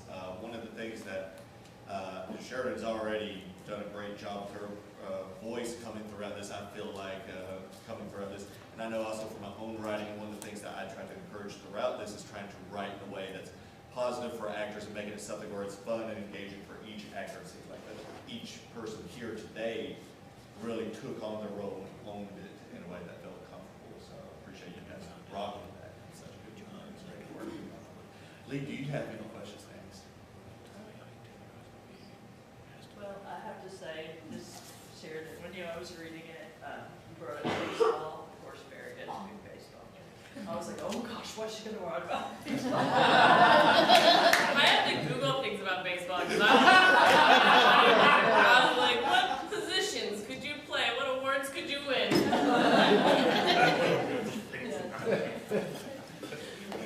It's important to do your research as a player. So it's been fun along the way going throughout this because we learn things as we present what we think is right along the way. And sometimes like, no, actually that's not the right position for this or whatever. Yeah. And so it's been great kind of learning that. Did you guys notice anything that may have been factually incorrect or something that you might dispute along the way? Was there? I just want to point out one thing that was a little shocking. Is one, I'm glad you cast a black guy as a white guy with a Jewish last name who's a Christo-fascist. So I was like, the next Peter is bold. Peter is bold. Well, I mean, Perlman was a little bit of a throw. I was like, I lived in New Jersey and New York a long time, so I was like, Perlman is a very specific name. As soon as we said Rick was white, did everybody go, wait, which character? Chris is like nudged me, and I was like, we read this on Tuesday. I'll take some ownership as a director, but I also want to say, Chris has always been great to work with anytime I've worked with him in all sorts of roles. And so, yes, thank you so much for reading for him throughout this. And I'll share, Next Rung Productions has historically played with race and different types of protected classes in different roles. Going back to Mutation, the first year that we ran with a playwright for Jeanette's play, we had a lead role who was typically like a 20-year-old young white man, and we had a Hispanic fellow named Julio Z. Toledo, who is terrific for the role, and we learned so much from him both as an actor and as a commentator on it. So one of the things that's been important for me throughout this process is to bring in all sorts of different voices and this, and so, you know, it's easy to laugh about, oh, maybe it didn't pair up with the roles of this, and that is her. I was less shocked about a black guy playing a white guy than Perlman being a Christo-fascist. I was like, that was throwing me. Yeah, I just tie all that together to say I'm grateful to hear the variety of voices so we can hear this in different ways and the commentary as well. So thank you for saying that. Yes. Anybody else have anything else that felt like maybe it was a little bit out of place? Yes. The prosecutor is a public servant, and so he would not make enough money to buy a BMW. I actually didn't wonder that. I actually thought about that too, especially early in his career. Right. Yeah. Well, he'd be salaried, and so he wouldn't make extra money off his winning price. Right. Yeah. Well, I thought that was intentional to bolster the case of Sylvie that was corrupt. I actually thought that was intentional. I did not check. There were a few things that we said, even intentionally, like, I'm not gonna, like, at some point Rose is like, there's 100 people up there, and I'm like, who cares if there's 100 people at the reunion or not? Like, we're just gonna let everybody say whatever they say, and that's part of the, like, there's your truth and my truth and subjective truth and objective truth, you know? But there are things that I tried to change, and I did not catch all of them. We're grateful for this process on your part, and no doubt. Anything else on this topic? Anybody else wants to chime in? When Lisa first said that they had gone through this experience before, I immediately jumped to the thought that Ben and Lisa had had a previous miscarriage. I guess that's cleared up later when we hear that her previous miscarriage was from Josh. Or did you intend that Ben and Lisa had a previous miscarriage too? And if so, they haven't been married long enough. If they've only been married for a year, then, and the first miscarriage, you know, maybe happened 3-4 months into the marriage, then I don't know whether they, I don't know, the time is a little tight to having it. So I'm curious, are we supposed to think that this couple has had at least one other miscarriage, or the one that they're talking about is the one she had with Josh? I would like to take a moment just to offer space to Ben and Lisa for the way you guys read the script. How did you guys interpret that? The way I read it, I figured because it's something that Lisa says where she's had a lot of fears of it, it's probably happened more than once. So she had at least the once with Josh and then another with her. That's how I interpreted it too, that it's, because she does specifically say, we've had our hearts broken before.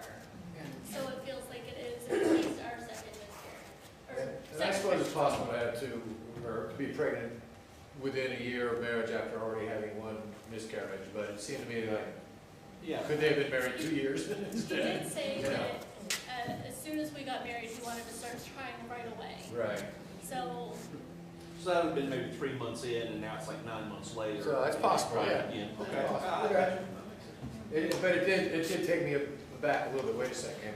How many miscarriages have they had? And they said they've only been married a year, so it did make me think. And I appreciate you sharing that thought. You know, we can find the defenses along the way, but it's so important for us to hear what you think along the way on this. So thank you for sharing that. Anybody else? Cool. I have a question. If you guys were visualizing seeing this on stage, right? Talk to me kind of what you're seeing on stage. Like, what are the necessities for being on stage? What feels right for a stage production? You have to have bleachers.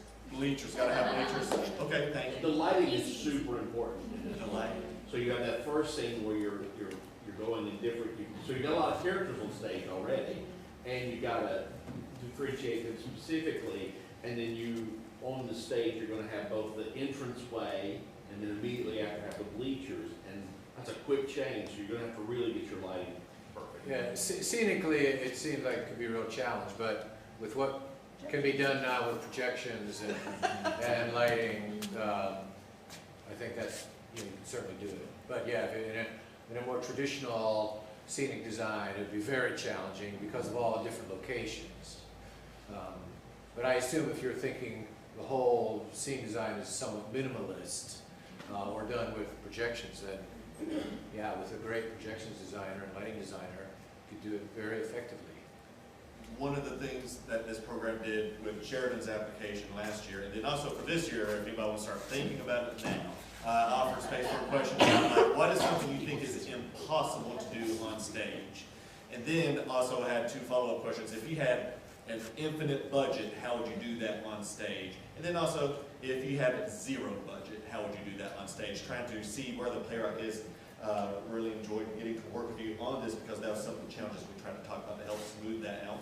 And some places are just going to have difficult transitions on this, but it's a rewarding story to hear about too. So, you know, one of the things I enjoy as a playwright, and Sherridan, I suppose, maybe finding this out now, is eventually that becomes a director's problem.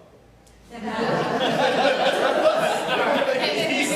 we want to make it easy along the way too. No, you're absolutely right. It's director and designer's problem. Yeah, the playwright should. An application, and I was like, no, nothing's impossible on stage. Suspend disbelief, it's fine. That's this question. The playwright should not be limited with those kinds of thoughts in this part of the process.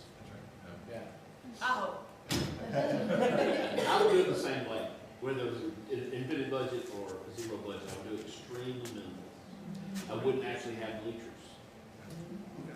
I wouldn't actually have a gym set. It would just be the people, because the dialogue pops so well, it gives you that visual image. Your lighting would have to be spectacular, and you may have to use what really complicated projections, I think as Terry said, so that might be some money, but I think I would do it the same way. Anybody else want to share thoughts on the set or the design?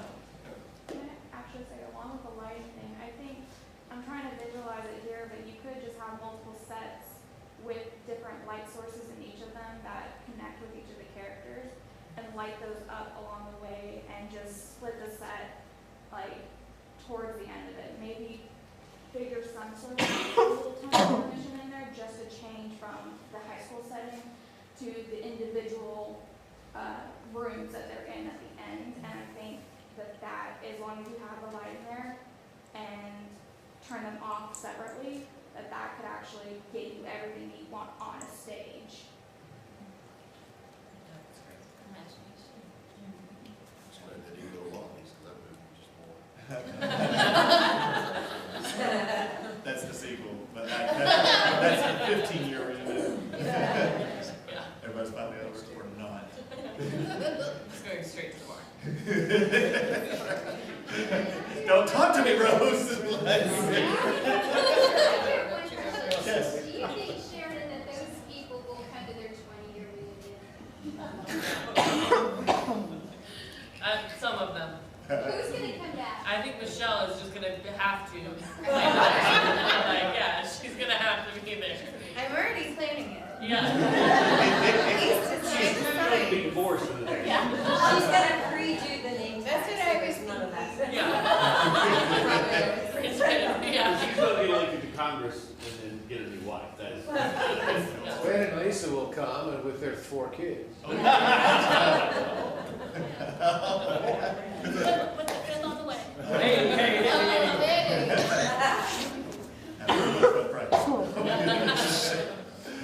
Oh my gosh. What about character-wise, like for the people reading it, do you feel like your character would or would not come back? Let's just go down the line. No. Rose is done. She hates no. She'll see him. Who else would say they would or would not come back? Somebody would come back. Okay. The stakes were relatively low. Like she tried to raise the stakes a little higher, and it just kind of fizzled. So she'd be wanting to poke that hornet's nest again, see what she can stir up. Oh boy. Maybe she'll bring cake. Yeah. She'll bring cake. Second one on your third one. Yeah. Kate, Kate. I heard cake. Oh, that's right.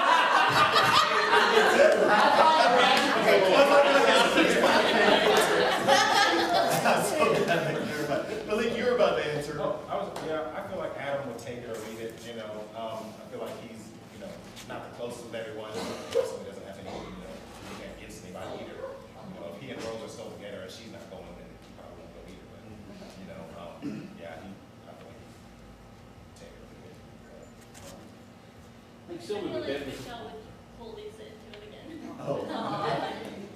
The rope in, you were good. Long-suffering Lisa. Oh my goodness. And maybe Tim would. And Ben stayed home. Maybe Tim. Tim's Tim, we talked about you so much 5 years ago. What up, Tim? He's not out yet. Right, exactly. I believe you were about to say something, Casey. Oh, if Ben ain't going with Lisa, he's staying home with the kids. Probably hadn't seen Michelle in like 10 years, just Let it go. say it's goodbye. And then Rick, what about you? Oh no, I'll be what, mid-50s, probably in jail somewhere. Some type of perjury. Embezzling. Either that or a censor.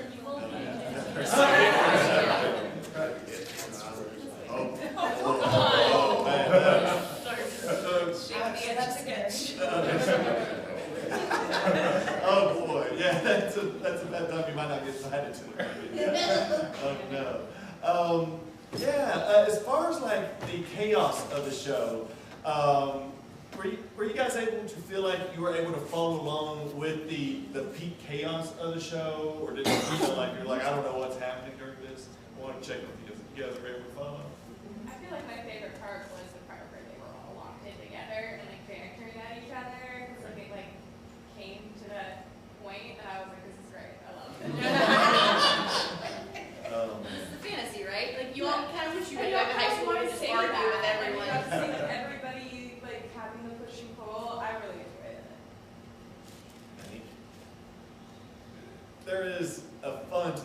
there's a lot of loose pieces that get kind of tied together and then untied again and then thrown into a campfire during that. And so I thought Sherridan did a good job. That was something that we were kind of concentrating on about, like, when do we want to peak this argument? When is it making the most sense? When is it getting lost? So that's been a point of concentration throughout this.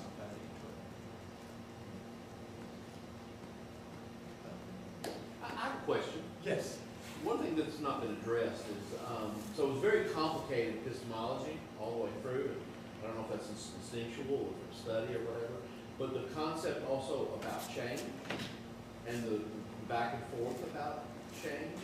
I first want to ask Sherridan, do you fall out somewhere about people's ability to change? Is there one character that you feel like spoke to what you really wanted to have said about that? And then secondly, any character feel strongly about that? I personally think that if I don't believe in somebody's ability to change, if I don't believe that we have the ability for reformation, then what's the point? Like, there's like a level of anarchy that you're just sort of like accepting if you think that people are just the way they are and they can never break out of that mold. So I don't spend a lot of time thinking whether or not they can actually change. I just try to like gear on the side of it is possible, and we have to lean into that for the sake of being able to fall and get back up. Like, you know, nobody has walked through this world and hasn't done something that they are terribly ashamed of, or even just, you know, moderately embarrassed of, you know. So like, there's a little, I'm like, we just have to go with that as a thought, so that we can have the confidence in the future, in society, in our fellow man, right? So, so I don't know necessarily if anybody said exactly how I feel. I think I sort of did two sides of it a little bit, but yeah, I mean, I think that's like, it's more a concept, it's the theory of change that I believe in. I mean, and I don't think you presented two sides. That was a very lot of complicated conversations about that. Was that intentional? Oh yeah, I mean, I think that whether or not you think that other people can change or that you can change, does change things. Like, that totally affects how you move in the world and how you relate to other people. Like, I mean, when you think nobody changes, they just are who they are, it's sort of a free pass to do what you want to do, and it's also a little depressing as far as like the other people that you're interacting with, you know. And so there's, I don't know. I mean, I'm not against that. Everybody's entitled to their opinion on that thought, but yeah, I wanted to kind of have that conversation. Thank you for that. I'd like to take a moment, just say right now it's 9:20. We would like to continue this conversation for about another 10 or 15 minutes before we conclude for the night. I also want to make sure that we're giving a shout out to Jade Hurst, who is a wonderful house manager for the evening. Looking for work, let me know. Appreciate your help on this, and she also directed last year's production on this, so not for this play, but for last year's play, Without a Map by Devin Everly. I want to offer Sherridan a space during this time. If you have any questions you would like to ask an audience gracious enough to stay with us here, do you have any questions on your mind? I have so many questions. Start with the first one. Okay. My favorite question to ask everybody who has helped me. We've done a few private readings with some actors, and so my favorite question to ask, and that I'm going to ask again, is it a play? And just you tell me what you think. I guess because I know it's structured differently, and that I've made some intentional choices that don't fall within like traditional theater, traditional plays. Do you guys feel like it belongs on the stage? Yes. Is that a yes/no question, or is that as opposed to another medium? Yeah, I mean, I guess as opposed to another medium. Like, does it work as something you'd want to watch in a theater? We have someone trying to respond. No, please. Yeah. Be proud. I can definitely see it being on a stage. I do also kind of secretly hope that it will be a short film, because I really think that it could do well in that medium because of how it's presented and because of the time that you have it set in. I think that would be the best way for it to be presented is in a short film, but I do believe that it is wholeheartedly really good for the stage. I throw the question back to you. I mean, do you want it to be in the theater as opposed to on film? I mean, is it inherently in your heart that it be in the theater? Because it's a much different experience, as we all know, to have people in the same room living the story with the actors in real time. So I throw it back to you. I think it could work very well as a film, but it has inherent theatricality to it as well. So I think that's your question to answer. I want it to be a play. I just think I've been nervous about whether or not it works in the way, like when you say, Harrison, I'm not going to do it like that. It doesn't still work, you know? Like, there's just, yeah, there's a level that I've intentionally foregone. It's something that I know is like standard operating procedure, and I just want to know if my audience and if my actors think that it still works. Yeah, I think so too. Yeah.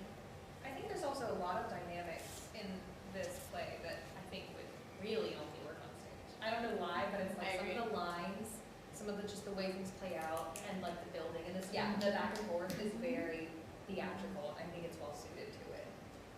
Michelle's, it's more situational. Yeah.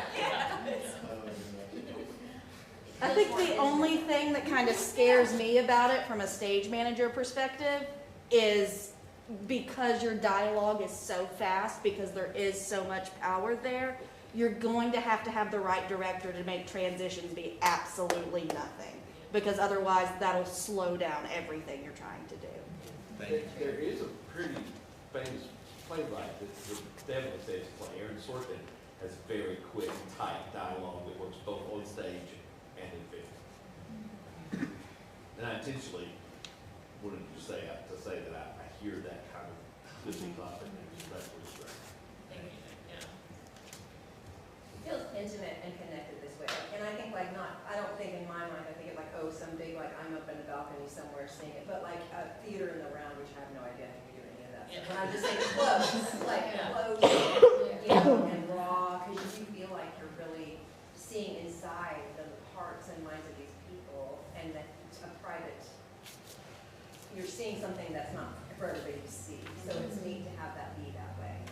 And the stakes are higher for us as performers because we're up here, we're flubbing our lines, we're dropping props, or you know, anything can happen, and we just got to go with it and stay in character. So let's go. Love it. This program is specifically for playwriting. Whatever you decide to do after this, feel encouraged to, right? There are many works that go on to then become filmed or other art, right? Podcasting and audiobooks has become more of a thing, it seems like, with plays too. So, you know, I encourage you to do whatever you wish to with this process this year, specifically for helping you with the play along the way. And I'm glad to hear some encouraging things along the way, but whatever that is, you get to decide. I've heard for some of my plays, as recently as today, that You're welcome. that some of my plays are received like movies, and sometimes I do think that's meant to be a cinematic compliment or a speaking to a difficulty of the transitions. Sometimes I think they just like the play and wish they could take it home. So I don't know. So it's hard. It seems like every play gets that comment for a different reason. So I'm glad that you're getting to hear a variety of answers in that sort of way. So you can decide how you, as the creator, put aside playwright, put aside author or anything else, you, the creator, can decide where you want to go with this. Thank you. Did you have any other questions you want to ask the audience or the cast at the moment? I have a comment. I'm very glad that you decided to put the everything that happened about the Arlo trial. That was very helpful to understand that at the end. Let's pounce on that real quick. Did everybody else feel like they understood what happened with the trial in the show, or were there like question marks like, I don't know if I followed that? I feel like I knew what she was insinuating. I could have picked up without like the typing in, but I appreciated it. I kind of gave us more insight on Sylvie's character for her to have that typing moment. So I didn't think that it was bad to have it. Great, thank you. Anybody else? Sylvie travels a lot, and her whole line about this is my hometown. Like she's going, this is where I am, this is what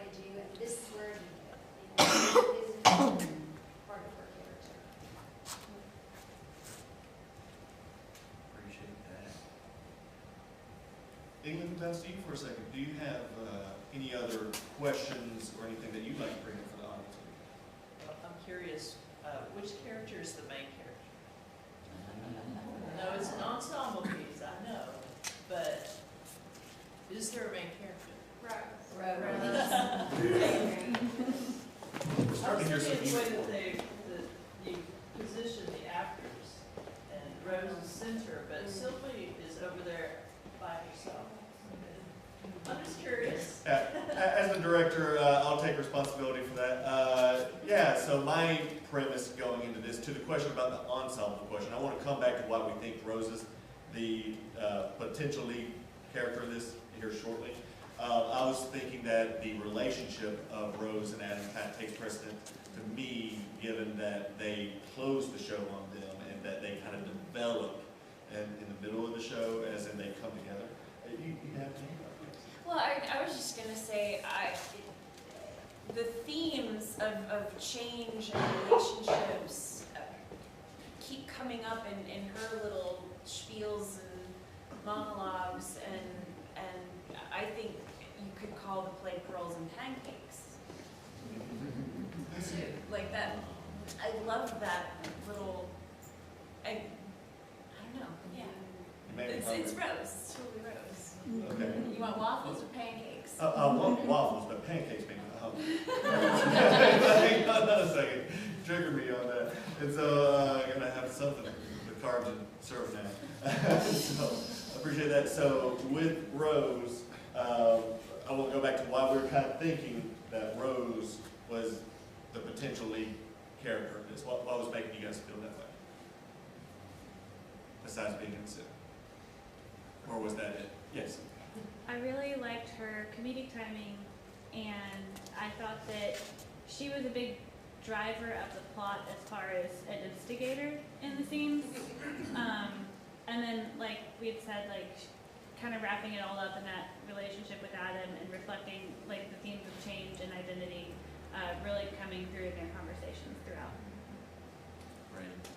Appreciate that. Yes. So there are a lot of dyads in the dialogue, but Rose has a connection with every single character, even Rick the asshole.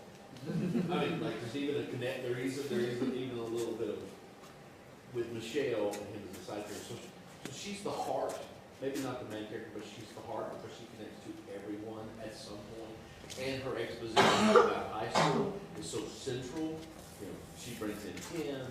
You know, she speaks for everyone at some point. Thank you. Yes. Also, Rose is the outsider from the get-go, from the high school years to now. And she's able, because of being that in that status as the outsider, she can observe everyone and becomes like the pivot point.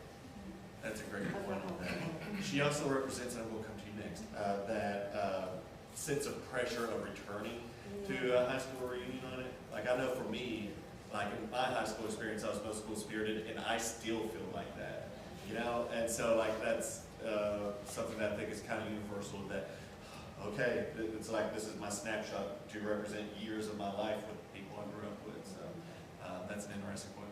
You had your hand. That's what I kind of think. She's the one who is, she's coming to conquer this thing. Like everyone else is coming with less on the line than her. It seems like to me she's coming to show that she is not who she was and she likes who she is. You know, Michelle liked who she was then. These guys are happily married. Everybody else is kind of coming with less at stake. But she's coming to try to make a point. Yeah, I guess I didn't think about that. She has a very clear journey. Like the stakes are high for Rose. Interesting. We know her objective from the start. Yeah. And you spar with everybody, and then you decide how you feel about the way that went down for you. Like that's kind of like how you came out on it is how it ranked for me. You know, kind of going through it. So. I think the vignettes for me very well taught everybody, but they send me a milk toast feeling about you, Rose, that I was really pleasantly surprised at the change that came in your life and the way that you became the spark. So I don't know if I would call it a lead, but I thought you were the hero. The hero. I didn't know your play had a hero. And it was relatable because even Michelle talks about her experience. She doesn't come back talks about how she thinks Rose took advantage of her in high school. So I think Rose being like, guys, you guys all were so mean to me. Every single person probably had a moment in high school that they thought that. And so I think Rose is the absolute most relatable character because we've all felt that way at one point. And I love the fact that Michelle kind of gives you that look that it's pretty clear from her behavior, you know, she was a bully. But even she's like, well, you tried to sell my boyfriend and you were always bragging. So I think that shows that. So, kind of funny with the hero terminology, because everybody's kind of the main character of their own story. Nobody thinks they're the villain, right? And so for Michelle, who hilariously throws her hair throughout this show.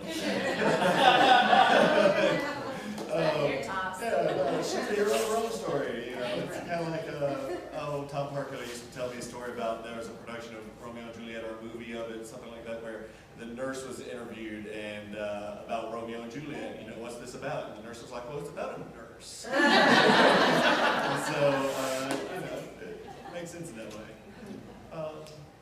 We have a few minutes left here. I really appreciate you guys being here. This is a great final chance to share any comments that we've not gotten a chance to here yet. I see two hands here. I'm going to start with you first. Oh, I have what might be the most important question of the night. Oh. Sheridan, what type of dog did you visualize Bongo being? So, my friend who has a dog named Bongo is not able to be here tonight. Oh. He is the cutest little, he's like a medium-sized mutt, and he is just so fat and so sweet. And yeah, I think he's like a retriever mixed with like some tiny terrier. So it equals Bongo. I did not, I'm bragging on Sheridan along the way. Bongo's just such a fun pet name, too. Felt engaging. Yeah, so another hand. Why did you call it home base? I know we talk about baseball in it a little bit, but I mean, not everybody that's here is really connected to baseball. So like, is the school like really big on their baseball, and I just missed that, or? May I ask right before you answer that, what did you take away from the title before you came in today? Well, I really thought that there was going to be a lot more baseball puns. At least.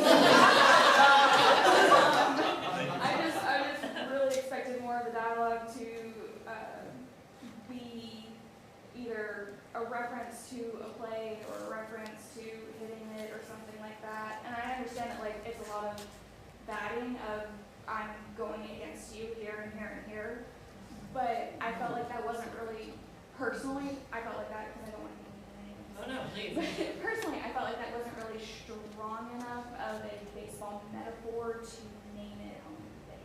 As a huge baseball fan, it didn't occur to me at all that it was going to be about baseball. At all. Until they brought baseball on. Oh, there's a baseball thing. Because nobody calls it home base. Nobody. I assumed it was referring to the school, but I also didn't.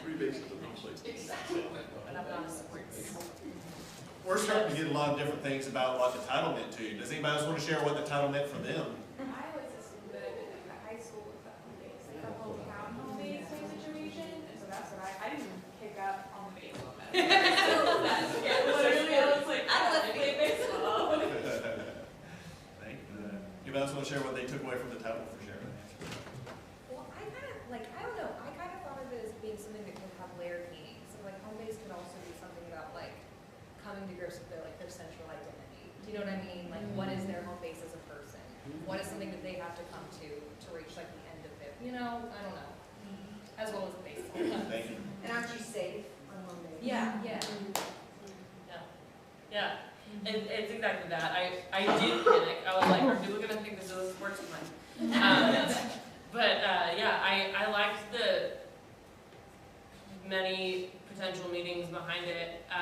The idea that you can think about it like success, like returning to home base, like actually hitting a home run is success, or maybe you don't because you got struck out on the plate, you know, like home base is the place for success and failure and everything in between, and returning there is safe. It's also scary because you're up to bat. Like there's so many levels of like, again, I had to Google baseball things, so I don't know. But I liked that there were just so many levels of like comfort and discomfort in that place.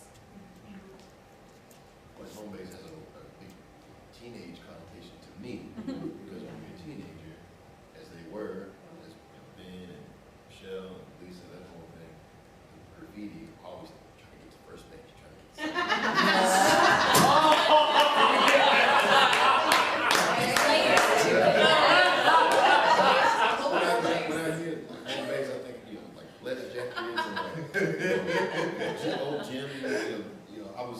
Ben and Michelle and Lisa were having their dialogue, I was thinking, you know, 28-year-old Michelle and Ben and Lisa, and then like the 17-year-old versions, and they look a little bit different.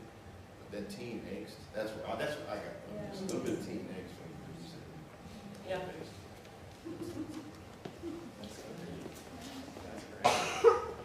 Ladies and gentlemen, I think this is a good note to leave out on. I'd like to offer space to Sherridan for a final statement before I close the evening for us here. Yeah, I want to say thank you to all of you. You are all amazing, and this was such a cool experience, and I'm so grateful to have such good actors for this, and great stage direction, reader, and thank you so much, Lee, for being back here, and everything that has gotten me to this place. So, and thank you guys for coming and watching this and talking to me about it. This has been so cool and just such an amazing experience. I'm so grateful to everybody in this room. Good job, Sherridan.